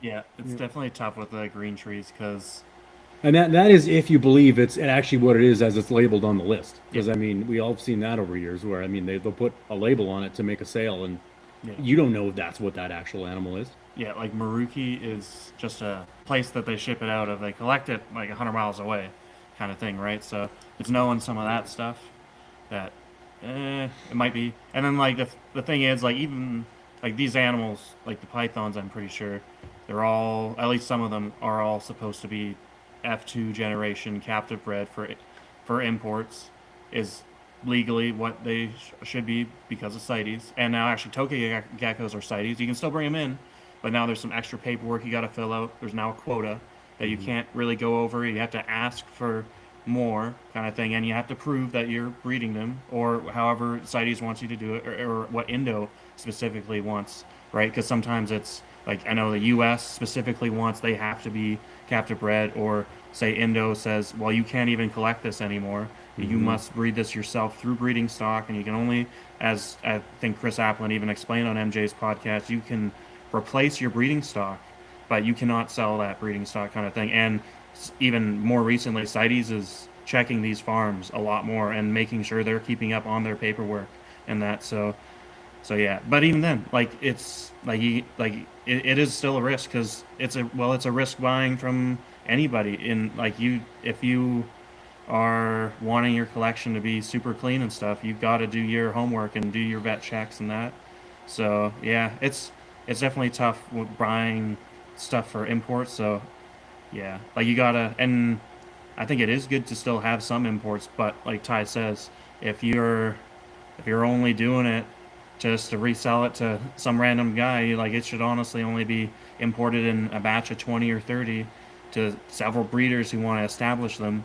You still might lose a couple, even if they are captive bred, because that shipping from Indo to here is still super stressful, and stuff gets dehydrated because they got boxed up, and then maybe they sat on the tarmac for a little bit, and then they had to wait through customs because something went wrong, right? Like, that's all stuff that nobody can control. Well, we hear all the time about, they were supposed to ship on Friday and arrive Saturday, and they got bumped off that flight. Well, you can't tell me that at the airport, if they got bumped, those guys took those boxes back, unpacked everything, put everything back in cages, make sure they had water. No, they just sit at the airport until they're ready to go. That may be an extra day, maybe an extra 2 days. I mean, it's all extra time in the box. So I mean, it's a stressful operation, that's for sure.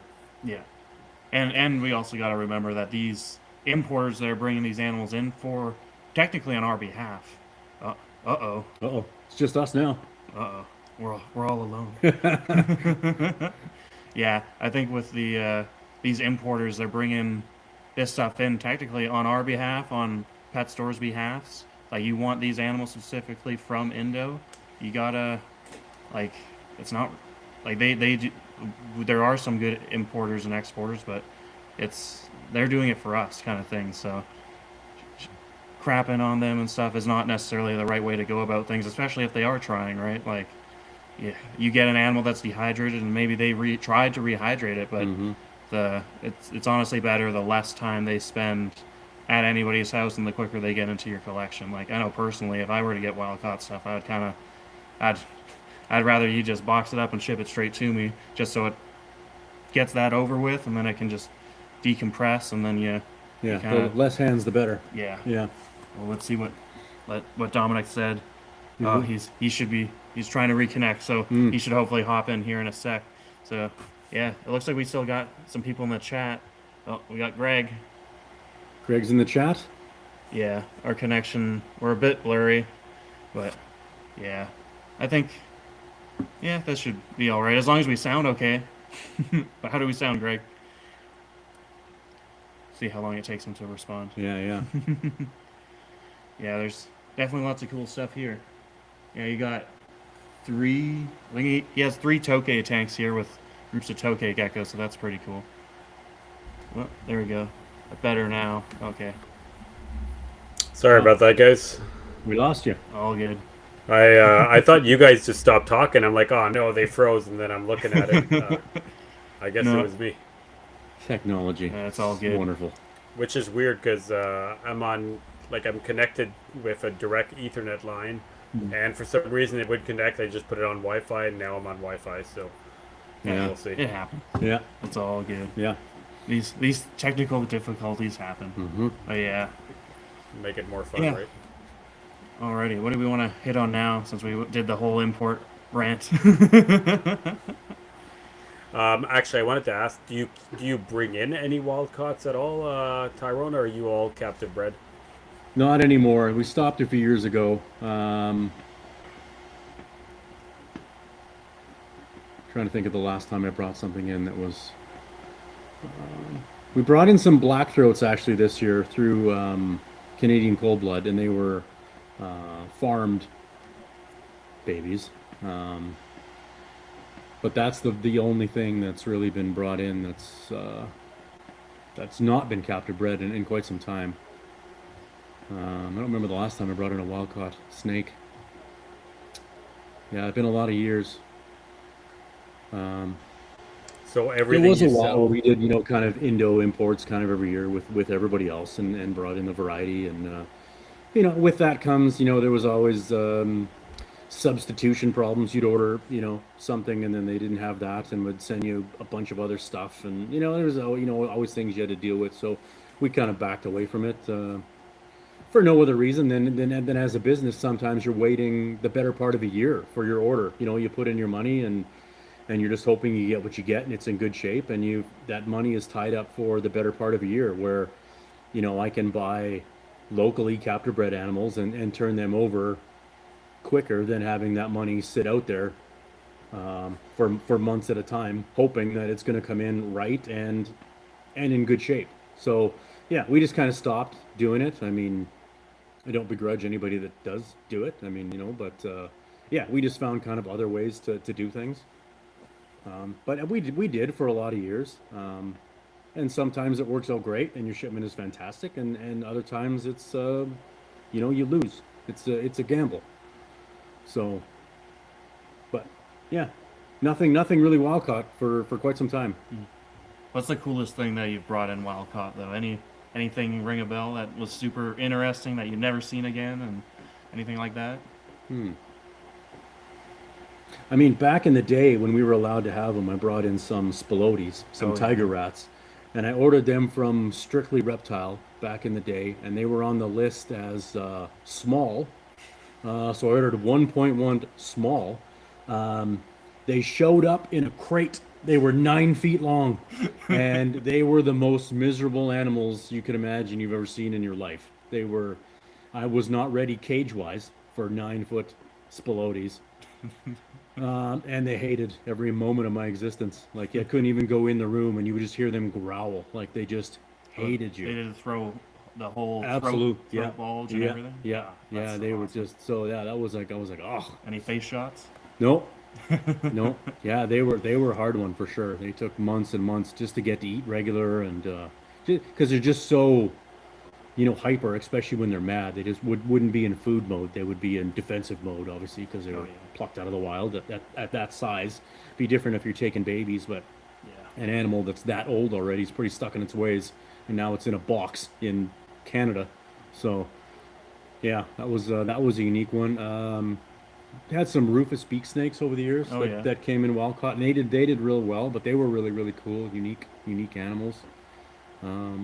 Yeah, I didn't venture too much into crazy weird stuff because the other risk with the crazy weird stuff is do I have the food to feed the crazy weird stuff? The Exactly. centipede eaters and the slug eaters and Oh yeah. the egg eaters and Yeah, the you got kukris again, right? Yeah. yeah, and they're eating egg out of a dish, but not rodents yet. Yeah. So they're captive, but still they're finicky. They like what they like Yeah. and that's it. So Sounds like some yeah, people feed them maybe baby snakes and stuff in the past and whatnot. they I know Travis Wyman, another geneticist guy that's been on podcasts. I think once he fed a ball python shed to one, and well, he put it in as enrichment, and the thing ate the shed. So yeah, and I think I was talking to Chris the other day, and yeah, he talked about how he used to have the kukris, and you feed them like baby garters that passed away or something, and they just gobble them up super well. 'Cause, yeah, kukris are really weird. They're almost like a scavenger. Like if they mhm. find a dead carcass, like if you put in like a rat or something that they can't swallow, they'll they'll eat into its stomach and just eat out the guts, kind of thing. They're a really funky snake because they got two big serrated teeth to chew. Once they're big enough, they would take a quail. They seem to really like Oh birds yeah, as well. So yeah. I mean, but they're just too small Yeah, right now. even like a big egg, because I think in the wild they almost eat reptile eggs, right? So they'll slice open the leathery shell Yeah, and we eat crack it a out. chicken egg and put it in a dish, and Yeah. they just slurp it up, Oh just yeah. like they're drinking water. They absolutely love it. So Yeah. yeah, Yeah. Super cool yeah, snake. yeah, very very unique. Because you Yeah, bred you had the Timons. So these were like a red yeah, kukri, those nice red kukris that you'll see sometimes. yeah. Yeah, you bred those a Yeah, few years in a row. a few years in a row. Yeah, and again, just there wasn't the interest, and that's kind of Canada in a whole. Really, is anything really outside of the box? We just don't have a big market for. So, I mean, you're talking about something like a carpet python that's been bred here for 20, 30 years. There's still a very limited market. So you bring in a snake that 8 guys know of, I mean, the market's even smaller. So, Yeah. it's the Mexican night snakes we bred for a lot of years, Oh, but yeah. it was always a push every year to get people to even know what they were, let alone sell them. So the real oddball stuff is cool, and it keeps your interest, and it's amazing when you can breed it. But a lot of that stuff I've sold out of country just because we don't have the people that are interested in it here. So ends up going to the U.S. Yeah. So Yeah. Which is nice to have that option, and I know that's kind of what Dom does, and sending it to Japan, right? You gotta. As you say, not U.S., but yeah. Yeah. yeah, not your stuff. Yeah, yeah. Quite a bit of the odd colubrids I've sold to the U.S. But yeah. Yeah, I could see that because none of that is CITES, right? Right. Exactly. Yeah. Yeah. Yeah. I think there's only a couple of CITES colubrids. And none of the and- stuff that I bred has been CITES. Yeah. So, Yeah. I think Pataeus is like one or two of the Pataeus species are CITES, and then like Mousserana, but And They're their when own we can't have them in Alberta here. you can't even have Boirana. I don't. Because I thought it was Cilia that was on the list, and Cilia's not. There's a but- couple of them for sure. Okay. That we can have. Yeah. Because I think we could technically eat Boirana in BC, which is I'm the going one to that has assume the all spines and those stuff. words are just rat snakes, right? No, that's the Mousserana. They're a snake from South America. That's like kind of a king snake, but they're rear fanged, and they can get like 6-7 feet long. Yeah, And they're they big, eat yeah. other snakes, and they will eat other snakes. Like You've probably seen the pied version of them. There's lots of pictures of those out there. They're pretty. No, Pretty Yeah. amazing. it's just looking. that I don't know the Latin names of any colubrids. So whenever you guys go down all Latin this, Latin that, I'm like, yeah, that's all the same thing to me. oh yeah, yeah. The moosies are interesting. I'm gonna pull up a picture here because the babies have like a ring neck around them. Let's see if it's kind of. I really thought the pied one would come up on your first image search. So do you guys have any issues, Tyrone, where you were keeping rear fanged animals, or is that Yeah, an issue? Alberta has a pretty extensive list on rear fang stuff. There's only a few we're allowed. Okay. Falsies, rufous beaks, garters, I guess if you consider that. But most of them were not. A pretty big controlled list in Alberta of what we're not allowed to have. So it's not a lot for rear fangs for sure. Pretty limited. These are definitely one of the ones we can have, but amazing looking animals. Not the that's best temperament from what I The hear. pied is beautiful. Yeah. Oh yeah. Yeah, really, really nice.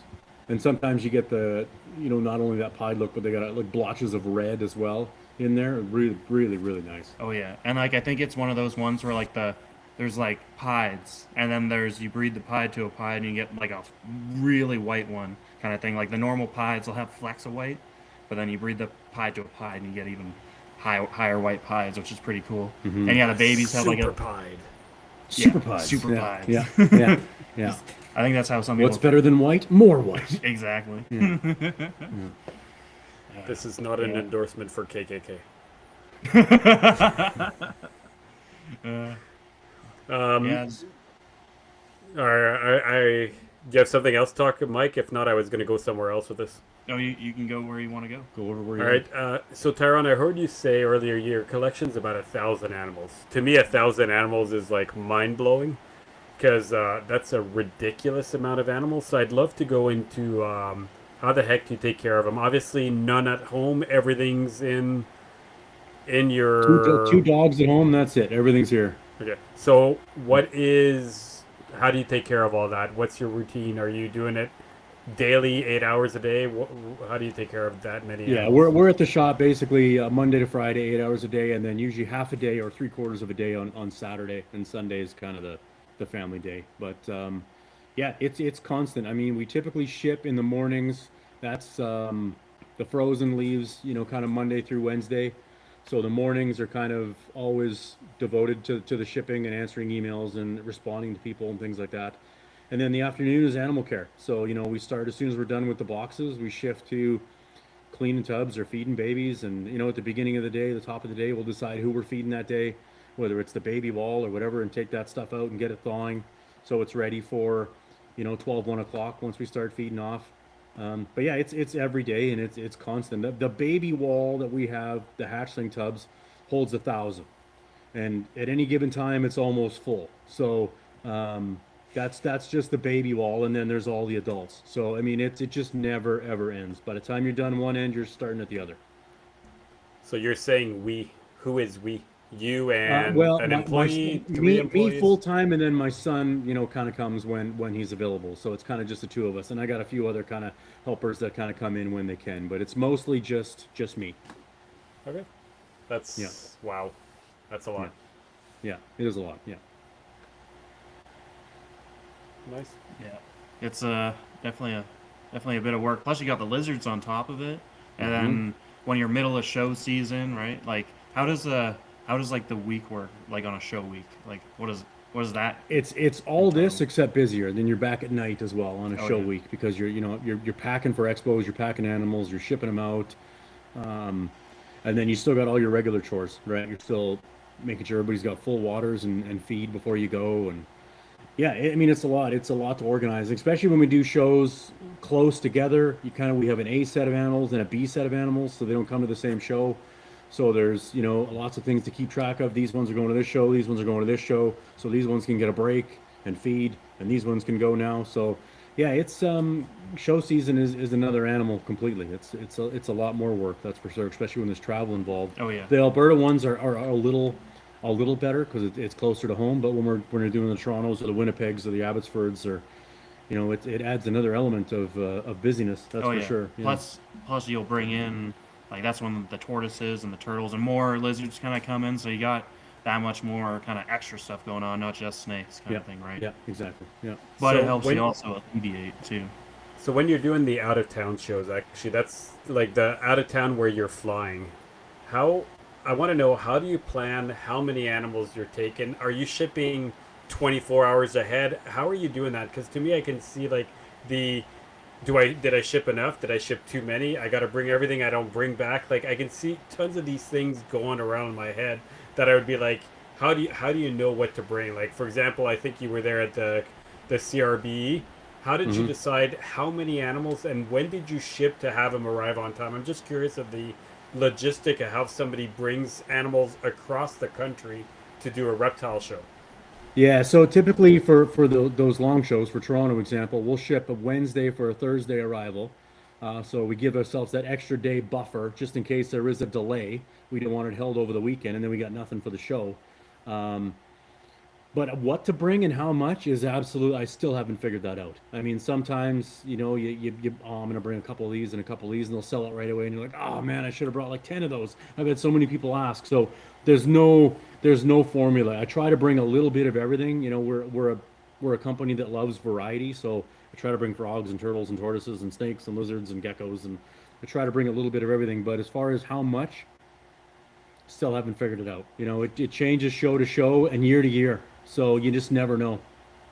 So then, let's say you ship on Wednesday, they arrive Thursday. Obviously, Thursday you're in Toronto, I'm guessing, already there before No, the like animals. Friday, I would be in Toronto. So it depends on where I shipped them. If I shipped them to a buddy's house, Okay, or that's had them, and they just go right to the airport and somebody picked them up for me. Quite often, Michael will take care of that. If I ship them to Abbotsford, he'll crack the boxes, hydrate whoever needs to be hydrated, spray the frogs. So, I definitely have help from guys like this where when I'm sending them to these remote places to help me out because they do get there a day early, and then you got the weekend of the show, and then on Monday they're going back. So it is it's a fair number of days in that box if you're not on top of making sure everything's okay.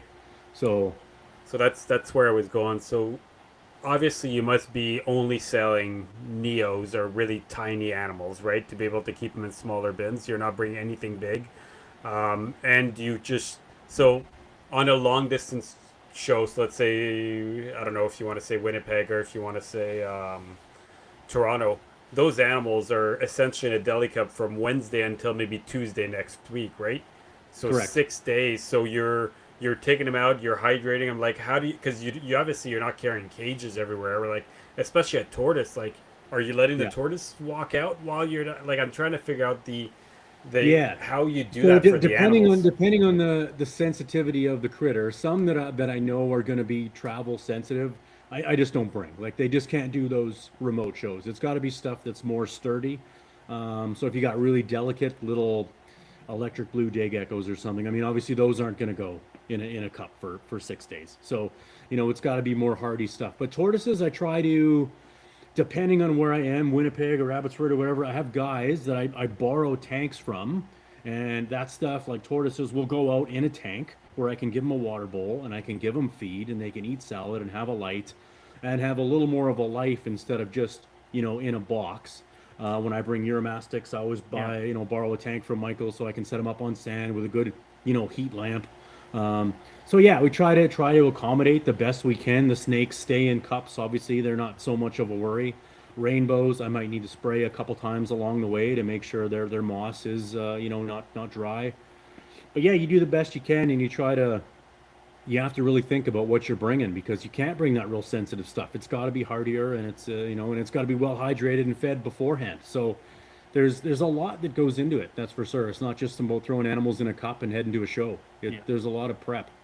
Yeah, and Yeah, and the that's customers need to remember that like if they want something, they shouldn't just expect it to be there, kind of thing. If you want something, especially on the sensitive side, you can reach out to any breeder that goes to these different shows ahead of time and pre-buy animals because that just makes it that much easier. You pick it up at the show and makes it super simple, and you get to save on shipping too. So if anybody out there listening is Yeah, or like aquatic turtles, I'll yeah. have I'll have a tank set up so they can swim around. They're not just sitting in a cup. So yeah, we try to make the best accommodations we can at expos and have some tanks there to allow some animals to stretch out and eat and all that kind of stuff. Um, just to try to make some concessions for them because it is a long time. yeah. I you have a lot of respect from me because when I think of that, I don't think I could do it. Like to me, there'd be too many things going around. I'm like, I don't know how the heck am I gonna do this. And then the next part is now if you're shipping them there, you're shipping whatever is left back. You've got a cost there. You're shipping yourself through an airplane, maybe not in a Hmm. box, but a big metal cylinder box. If you take all those into account, then you're paying your hotel while you're living there if you don't have a friend, or if you do, great, you're saving costs there. And then you don't have a vehicle when you're there. You're hoping somebody's picking you up. If not, then you're Yeah, paying for a rental car. Like yeah. everything that goes up in my brain there makes it that how the heck is It's you going to thousands of Toronto dollars to worth it? do a remote expo is thousands of dollars. I mean, just But the plane tickets and the shipping itself is in the thousands. so are you doing it purely for exposure and getting your name out there? Or are you doing it and actually making a profit when you come to Toronto? Because specifically Toronto to me seems like such a costly thing for somebody from like the west end of Canada. Literally, you're going from one end of the country to the other, which to We me financially makes no sense. we've done well in Toronto because we've been around a long time and people know who they are and they source us out for kind of the variety. So we've done okay. We've made money, but it's also networking, right? Like even if we broke even, it's still the networking of getting in front of those customers that who probably I've talked to, on the computer or on the phone, for the last 10 years and getting in front of them and shaking a hand and it goes a long way. So um, yeah, it's both, but there is profit there. We do, it is worth it for us to do it. Um, but it is so much work and so much cost. I mean, it's a lot. Yeah, especially when like Toronto's like a show with a super high table price too. So like that's another price. Like other shows, like your guys' show, like you guys have a fair table price. Like Mhm. it's on the higher end, but like it's still like not too bad. Right. So yeah, and then you got the other shows like Abbotsford. Our table price is super cheap. Well, like anybody can go to that, but that's how like we work. Like Abbotsford, we're not really trying to make a ton of money, especially off the vendors, right? We're trying to help make the vendors make money because we're just a club, while other shows are kind of more doing it for a profit kind of thing. So yeah, there's a lot that goes into even choosing it, which shows you want to go to, right? Right. Yeah. So yeah, Yeah, we've kind of fleshed out, the ones we like and the ones that value us being there, over the last few years. So I think last year we did 9 shows, which, works out to about a show almost every just over a month. You're packing up and doing it all over again. So I mean, it's a lot. 9 shows. I mean, we could do more, but that's kind of our comfort level is 9. I mean, other than that, they really start getting close together, and it really gets harder after that. Then you're working with not only an A and B set of animals, but probably a C set of animals because you're rotating things so much. Um, so yeah, And then it's how much time you want to spend away from the shop too. So I mean, there's a balance of how much time you want to be away from home doing this because it's like you say it's 5 days. By the time you get on a plane and get back on a plane, I mean it's 4 or 5 days. It's a commitment to go to an expo. It's not just a willy-nilly thing. Oh yeah. Yeah, I know because Toronto in itself, that was a long show because you're leaving. You got to be at the airport first thing Friday morning, or like I left Thursday night to get there Friday morning, and then I think we all stayed till Monday. Hmm. Like that's 5 days, right? Like Yeah. it's a long time, and then boom, 3 days later you're back packing animals and going on to another show, and then another one after that you're driving 6 hours to. So There's yeah, guys in the States that just, I mean, make a career out of going to shows almost every weekend. I don't know how they do it. Like yeah, it's I it's think so. When I hear of that, I hear of people like having like like they're pulling a trailer, a utility trailer that basically has cages and heat, and it's kind of like they're pulling the houses of the animals around, right, and keeping them in a certain way. Because to me, if you're going 5 days, like those snakes eventually need heat. Those a lot of those animals, like, are you bringing like heat pads or like heat tape that you set up under like I'm just trying to think of like how you keep all those animals to a certain degree happy. I'm not saying they need full heat because you're obviously not feeding them. You're keeping them all empty stomachs when you're going for shows, right? Anyway, that's where I would be thinking. I'm like, okay, yeah. if I'm doing a show, no babies are being fed this week because I want them emptied. I also don't want That's them to crap in the containers when I'm at the show because then yeah. it looks bad. I gotta clean, blah blah blah. Everything's simpler, right? Also, when you ship an animal, you don't want to feed it at least a week and a half before because you're so in the end, do they need that much heat? No, but I'm kind of thinking 5 days is a long time to have zero heat. So are you like putting the styrofoam container on a heat pad in the hotel? Like I'm just thinking of what's your setup in the hotel, and do you hide the animals or do the hotel knows you have that? We do Airbnbs now. We don't do hotels anymore, Okay. but we don't bring the animals back they stay at the venue. So we do pack them all up in the styrofoam boxes and just use heat packs in the venue. But the shows that we do are typically spring, summer, so they're warm shows anyway. So ambiently, sometimes it's even too hot. Like when we do summertime shows and stuff, sometimes we're bringing like fans to like, 'cause it's so hot. You're worried about the frogs melting at the table because it's so hot. So, um, yeah, the stuff like Euros, of course, we want to just pour the heat on them. So it depends on the critter. All the colubrids, they're fine at that temperature, at the table. Um, but pythons that are healthy, they should do fine, right? Like keep being kept in like the mid 70s, like for those, like that shouldn't do anything wrong to nice healthy pythons, right? mhm. So yeah, I think like you would be fine doing even one show a year kind of thing, and especially if you did CRBE kind of thing, like that is only like a 3.5 days for you kind of thing. You'd pack them the night before, you'd pack them Thursday night, drive down Fridays, kind of get your booth set up, and And a lot of guys that plug in heat tape end up unplugging it at some point during the weekend because it's just so hot because you get whatever 10,000 people in there and oh it's yeah, you're sweating in there by the end of the weekend. So I mean it's and then those things got supplemental heat underneath them as well. So it's just like, oh man, these things are getting really warm. yeah, You take them out there and they feel warm to the touch, and they got nowhere to escape it, So it can almost be too warm depending on the show.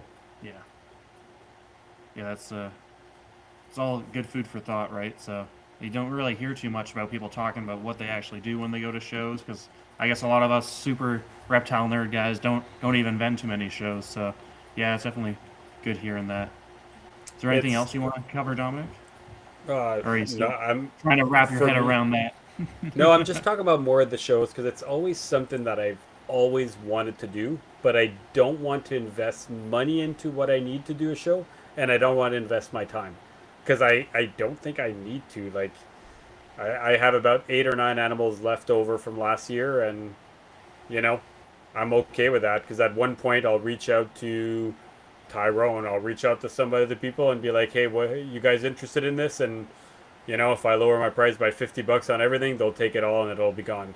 And as a general rule, I've always sold out. So, uh, but I love the idea. I'd love to do one full weekend of just doing it and actually like living that whole weekend, the evenings. I want to be there at night with you guys and just party and just drink and Well, get up you, at you 8 can in the do that morning and not vend too, right? Yeah, yeah. You can just come Yeah. hang out. Absolutely. yeah, Yeah. and I mean one day I'll Make have a to do weekend it. of it and leave the animals at home and just come enjoy yourself.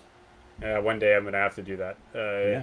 It's I've never done it, so I've always been the Toronto's 5 hour drive there, leave at 3 in the morning, get there at 9, opens at 9:30, 10, stay there for five That six hours, that's and then I that's drive back. honestly the coolest part of the expos. I mean, the sales are great, and we do it because we do it for a living, and it's a business. But um, the interactions with the other guys that you only ever see kind of a couple times a year, and you get to hang out with, and be in the Airbnb and going out for supper, and that's the cool part. I mean, hanging out with those people and talking. We're all nerds talking about the same stuff.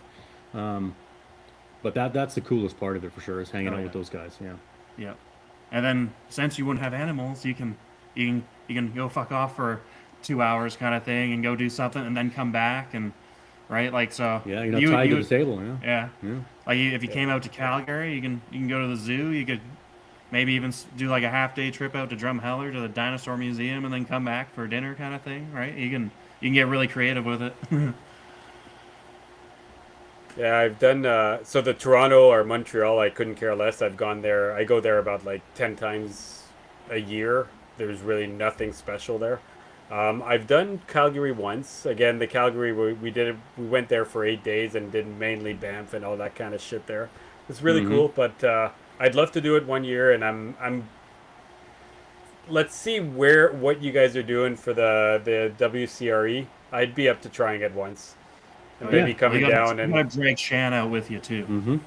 I mean, it would be cool. But with Shan, I'm trying to plan to go. I'd like to go to like Tinley once, or things like that, because there's a couple of those shows that are really not that far from us, or I feel like are achievable.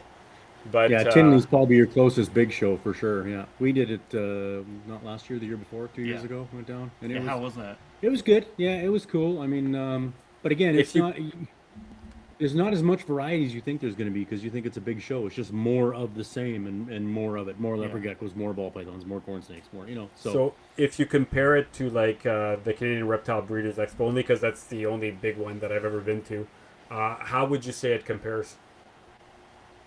it's apples and oranges. I mean, because that show has a reptile section, but also a dog section and a cat section and a fish section and a where Tinley is all reptiles. So it's the size of that show, but all reptiles. So different animal completely. The better one, in my opinion, because we've been to both, is the Super Show in Pomona. Rom show is really good. Lots of good variety out there, and it's California. I mean, if you're going to be somewhere, why would you be somewhere cold? You might as well be in California. So Yeah. that was a great. We've been there 3 or 4 times to the Super Show down there, and it's been fantastic. Really good. Oh yeah, you got to meet some other podcast guys like Dave Levinson and Mm-hmm. some of the other fun to hang out with guys. Yeah. We've had a few drinks with him over the years. He's a character. Yeah. Yeah. Oh, and you Yeah. got to meet a Psychotic Exotic and Yeah. who sadly passed away recently. Yeah, So Kerry, when he still owned that company, and we've met Todd a few times. He was a real nice guy. Sorry to hear about his passing, but yeah, yeah, it's Yeah, definitely a blow to the Yeah. OG Morelia guys there. yeah. I He was a saw nice fellow. I saw the post. Todd Dyers. It's just Mhm. yeah, definitely. I don't know him. I don't think I've ever talked to him, but definitely one Yeah. of the Met him a OGs, few and times down there. He seemed like a real nice guy. So Yeah. yeah. Yeah. So Canadian Mouseman, what's your plan now for like where do you think it's going? Like obviously you're getting into more lizards. Like what are some future projects? Because I don't even think we've hit some of the lizards, but what's your What did I add this year that's kind of new, I guess? Skinks a little bit. We got a pair of blue tongues last year. We're going to try to pair up this year. We've been breeding the zebra skinks, so excited on those little guys. We have a pair of Agernia growing up. We got veiled chameleons, panther chameleons. Got some really nice red monster beardies growing up. So added a few more lizard projects this year for sure. Where for a lot of years it was just snakes. oh yeah, Um, got like yeah, 10 species of anoles now too. Yeah, there's the knolls. Yeah, the tokays. So yeah, different stuff. Again, I love everything, and that's always been my problem. Is I've never been just laser focused on one group of animals. I love everything. So my focus is broad. That's for sure. Which is why it's still fun to come to work every day after all these years. I mean, it's still exciting to set up new tanks and try new projects, and you know, Yeah, and you it's can that's bring some funky stuff in. Like you got last year, you got pancake tortoises and right. Greek Yeah, tortoises, and you got yeah. these. He has Indian spotted turtles here, Mm-hmm. which are those are freaking cool. Yeah, Although, like I think we looked up 16 to 18 inches. yeah, Yeah, Raul Gonzalez that posted a picture on one of the turtle groups, and yeah, Indian spotteds being like this big, yeah. like You got just to have some big room. Yeah, ginormous. But yeah, they're cool. Although those are probably like 50-year-old turtles that have been kept outside in Florida for yeah, that amount of time. So yeah. These are just little hatchlings, but yeah, yeah, cool as hell. That's for sure. Yeah, yeah, lots of fun stuff. And these ornate. African Yeah, ornate turtles, yeah, yeah, yeah. which are kind of like you've probably seen a bunch of those like African side necks slash mud turtles, right? You've seen those around probably when you worked for Little Rays and that. Yeah, we did. Those were actually really cool. Oh yeah. Do you have any other questions, So, Dominic? well, I do actually. We got to go down one little rabbit hole. So it's been 2 hours, and you said you have carpet pythons. So I gotta ask, what carpet pythons do you have, and are you breeding any? I am gonna put some together this year too. I mean, I don't know if you can see this or not, but staring at us right up here is an Atlantic jag, looking down on us. We got a granite zebra right here, super granite or super zebra granite, albino zebra. There's lots of good coastal stuff. There's the Neon Pavel line. yeah, I can show one. Yeah, he So has I'm these just like trying to really figure out cool- what you have so far. Everything that you've named so far is a cross, so it's more like Yeah. designer carpets. I'm just looking to see Yeah, everything. and it's all designer. It's all designer in It's your all face. designer. I'm not really a purist guy when it comes to That's carpets, so I don't know if you can nothing. see this or not, but these are some of the I stone walks for growing up. Probably just looks like a border on your screen, Yeah. but I think the people on the chat actually listening can actually see it. I think it's only blurry because when I put my scroll on there, it says that the recording is higher quality than it appears. That's what it's written on. So Yeah, yeah. So I mean, these are some of the stone wash. it's a beautiful blur. Yeah, yeah, they, but yeah. I mean the Brettles are pure, but a lot of other just Yeah. designer stuff. and there's a really nice German line jungle from Dawn Patterson as well over there. She looks like she's almost ready to breed too. She looks fantastic. I might. So I lost my pure German line jungle this year, or actually from last year, which Okay. pisses me off because by far the nicest jungles in Canada are all the German lines. They're insane. I have tons of her offsprings, so I have probably 8 or 9 offsprings that have been bred to different males. So I have some, but they're all 50% German and something else in there, right? So it's something I need to get back through Dawn. I need to bring back some pure German line to breed back to other animals, but Oh yeah. he asks so much money for them. I don't get it. They're just like, it's insane. Like, to me, a jungle shouldn't cost $800 Canadian for just a regular jungle. Like, it's insane. So anyway, I haven't reached out to him yet, but I need to When you got inquire a name more. behind you, you can ask those, right? So Well, yeah, I'm gonna do what I normally do. I'm gonna say, here, I'm gonna trade you this. Send me cash and that animal. I'm not gonna have a choice. Yeah, it would be definitely cool. I want to see Shan put that ivory stuff into the Germans. That would be kind of nice, I think. I don't think so. What did Shan brought? Like a really nice one, but I don't know. What did Shan breed his to again? So His if you're ivory? talking about ivories, he's breeding ivories to ivories. So the Oh, thing oh is yeah, that, but they're a percentage though, right? so they're all 75% Okay. ivories, which is still a pure jungle. It's Yeah, yeah. just it just came from the ivory project from Nick, and then that went to UK Python. Then UK Python bred him out to zebras. What am I looking at here? It's banded. That's the German jungle. Yeah. Again, it's not going to do it justice probably on your feed, but I can Yeah. take a picture of it later. yeah, Yeah, send me a picture after, but I'm curious to see what it actually looks like. yeah. So I was just telling Mike, I freaking love the German line. I just find that I don't want to pay 800 or so Canadian for a German line jungle. To me, it's He ridiculous. left. He's just putting it back. All right. Yeah, that's it's definitely hard to swallow. But they're pretty cool though, right? So you can't go wrong with the yellow snake. Just No, like you the can't. Kentucky. So to me, the only reason I'd be doing it is to up the percentage. So going back to the ivories, so Shan basically has 75% ivory projects, and he's Yeah. got 75 ivories and 75% ivory zebras. I I'm looking at that. I'm gonna go Amazon tree boa. Yeah, so that's a Okay, calico, a red calico. the red You is can see the insane, even though it's blurry, and it looks like the snake's bleeding from my side. yeah. So you got the white and the black spots for the. Yeah. Yeah, like And those are all from Dawn, right? These are Dons, yeah, yeah. that's a good size. Is that breeder size or not quite yet? No, No, no. they'll get probably Mm. double that size.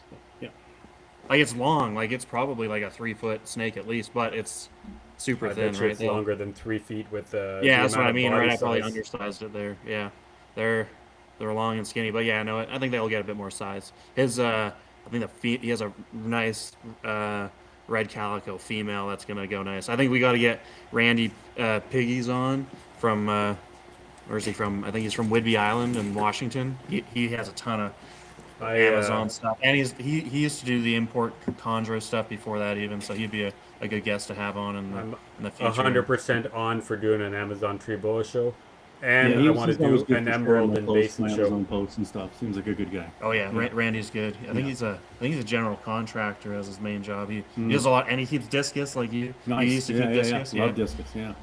yeah. Randy's a good guy. Same as Jeremy Turgeon, works for Mm-hmm. U.S. Arc part time. He has tons of cool Amazons, and he's a carpet guy, so that'd be another cool guy to Yeah. have on.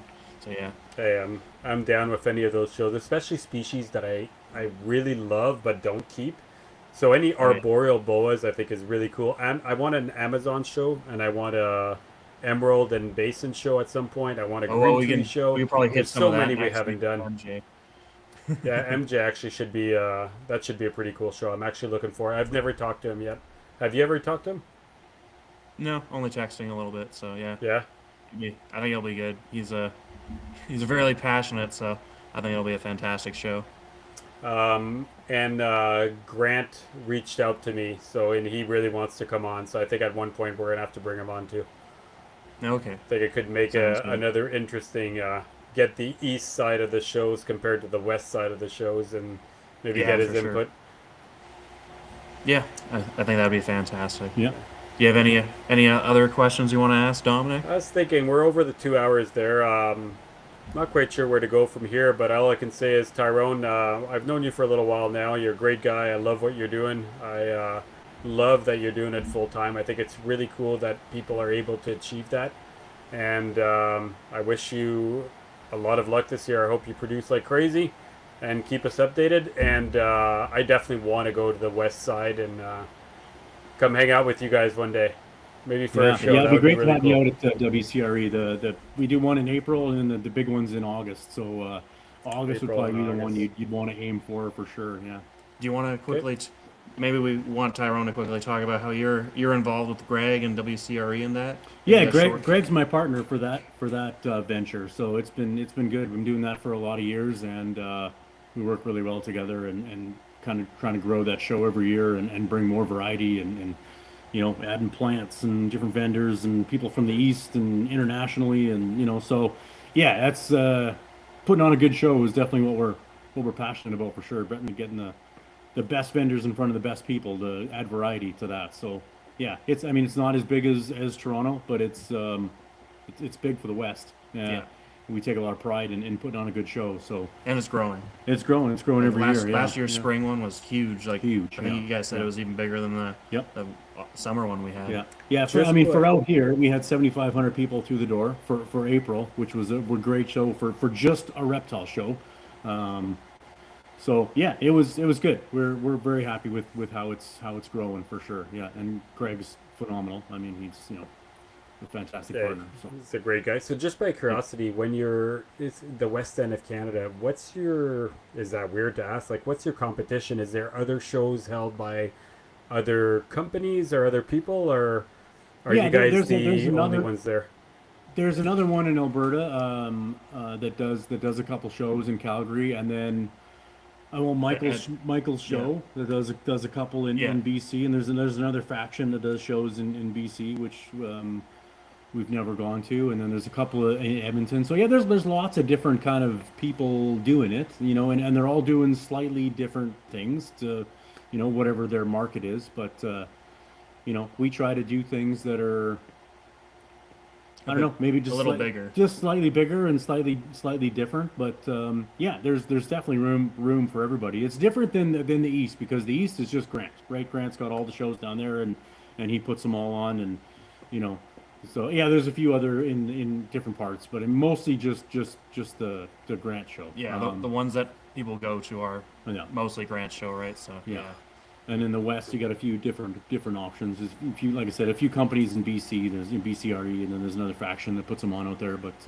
yeah, yeah, people can kind of pick and choose where they want to go, and that type of thing. But yeah, we just try to do things a little bit, like I say, maybe bigger, or think outside the box a little bit, and always trying to be open to new ideas and different vendors that want to come. And so yeah, I mean, it's growing every year, so we're very happy with that. No, very cool. No, I love it. And there is two or three, like there's sometimes a couple of shows in Montreal, like once every 6 months. I've gone to maybe three or four of the shows in Montreal. Not worth it for me when there's 15 reptile tables. Like, Right. to me, it's a complete waste of time. Yeah. There is another show in Renfrew. Is it Renfrew? I think there was one in Renfrew once, and there's another one in. Trying to think of what the heck that town is. It's about 2 hours from Toronto and 3 hours from us, where there's a reptile zoo in there.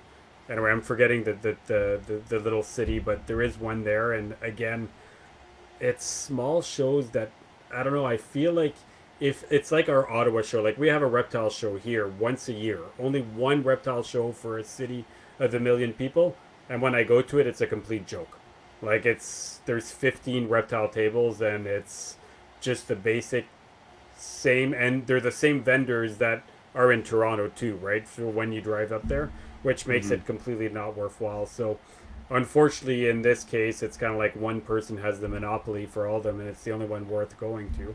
So I was just wondering if that was kind of how it was, and if you are the biggest show, then I get the feeling you might have the one that has the most audience or most people want to go to because it's the one that's, well, worthwhile going, if that makes sense. That's how I Yeah, would see I it mean, anyway. I think it's probably the biggest. We've worked hard to expand the variety of the show with plants and different reptile vendors and things like that. But advertising. advertising, yeah, yeah, we do a lot of. We never know what really works, so we put advertising kind of everywhere. Because you don't know what's going to hit and what's not going to hit. So it's tough to just do social media or just do newsprint, or so we kind of do a little bit of everything. And so far that's kind of worked, because it's tough to really pinpoint at the end of the day what this really worked. You shouldn't bother with that, because people coming through the door, you don't know where they heard about it. Maybe they heard about it from a friend, maybe, and to ask every person that comes through the door where they heard about it. I mean, Yeah, it's, I think Greg tried that, we tried. which kind of We set up worked. an But iPad, and we tried to get some information, and yeah, it's very limited. So yeah, yeah, we just do a little bit of everything, I guess, is the takeaway from that, because we don't know what works, so we do a little bit of everything.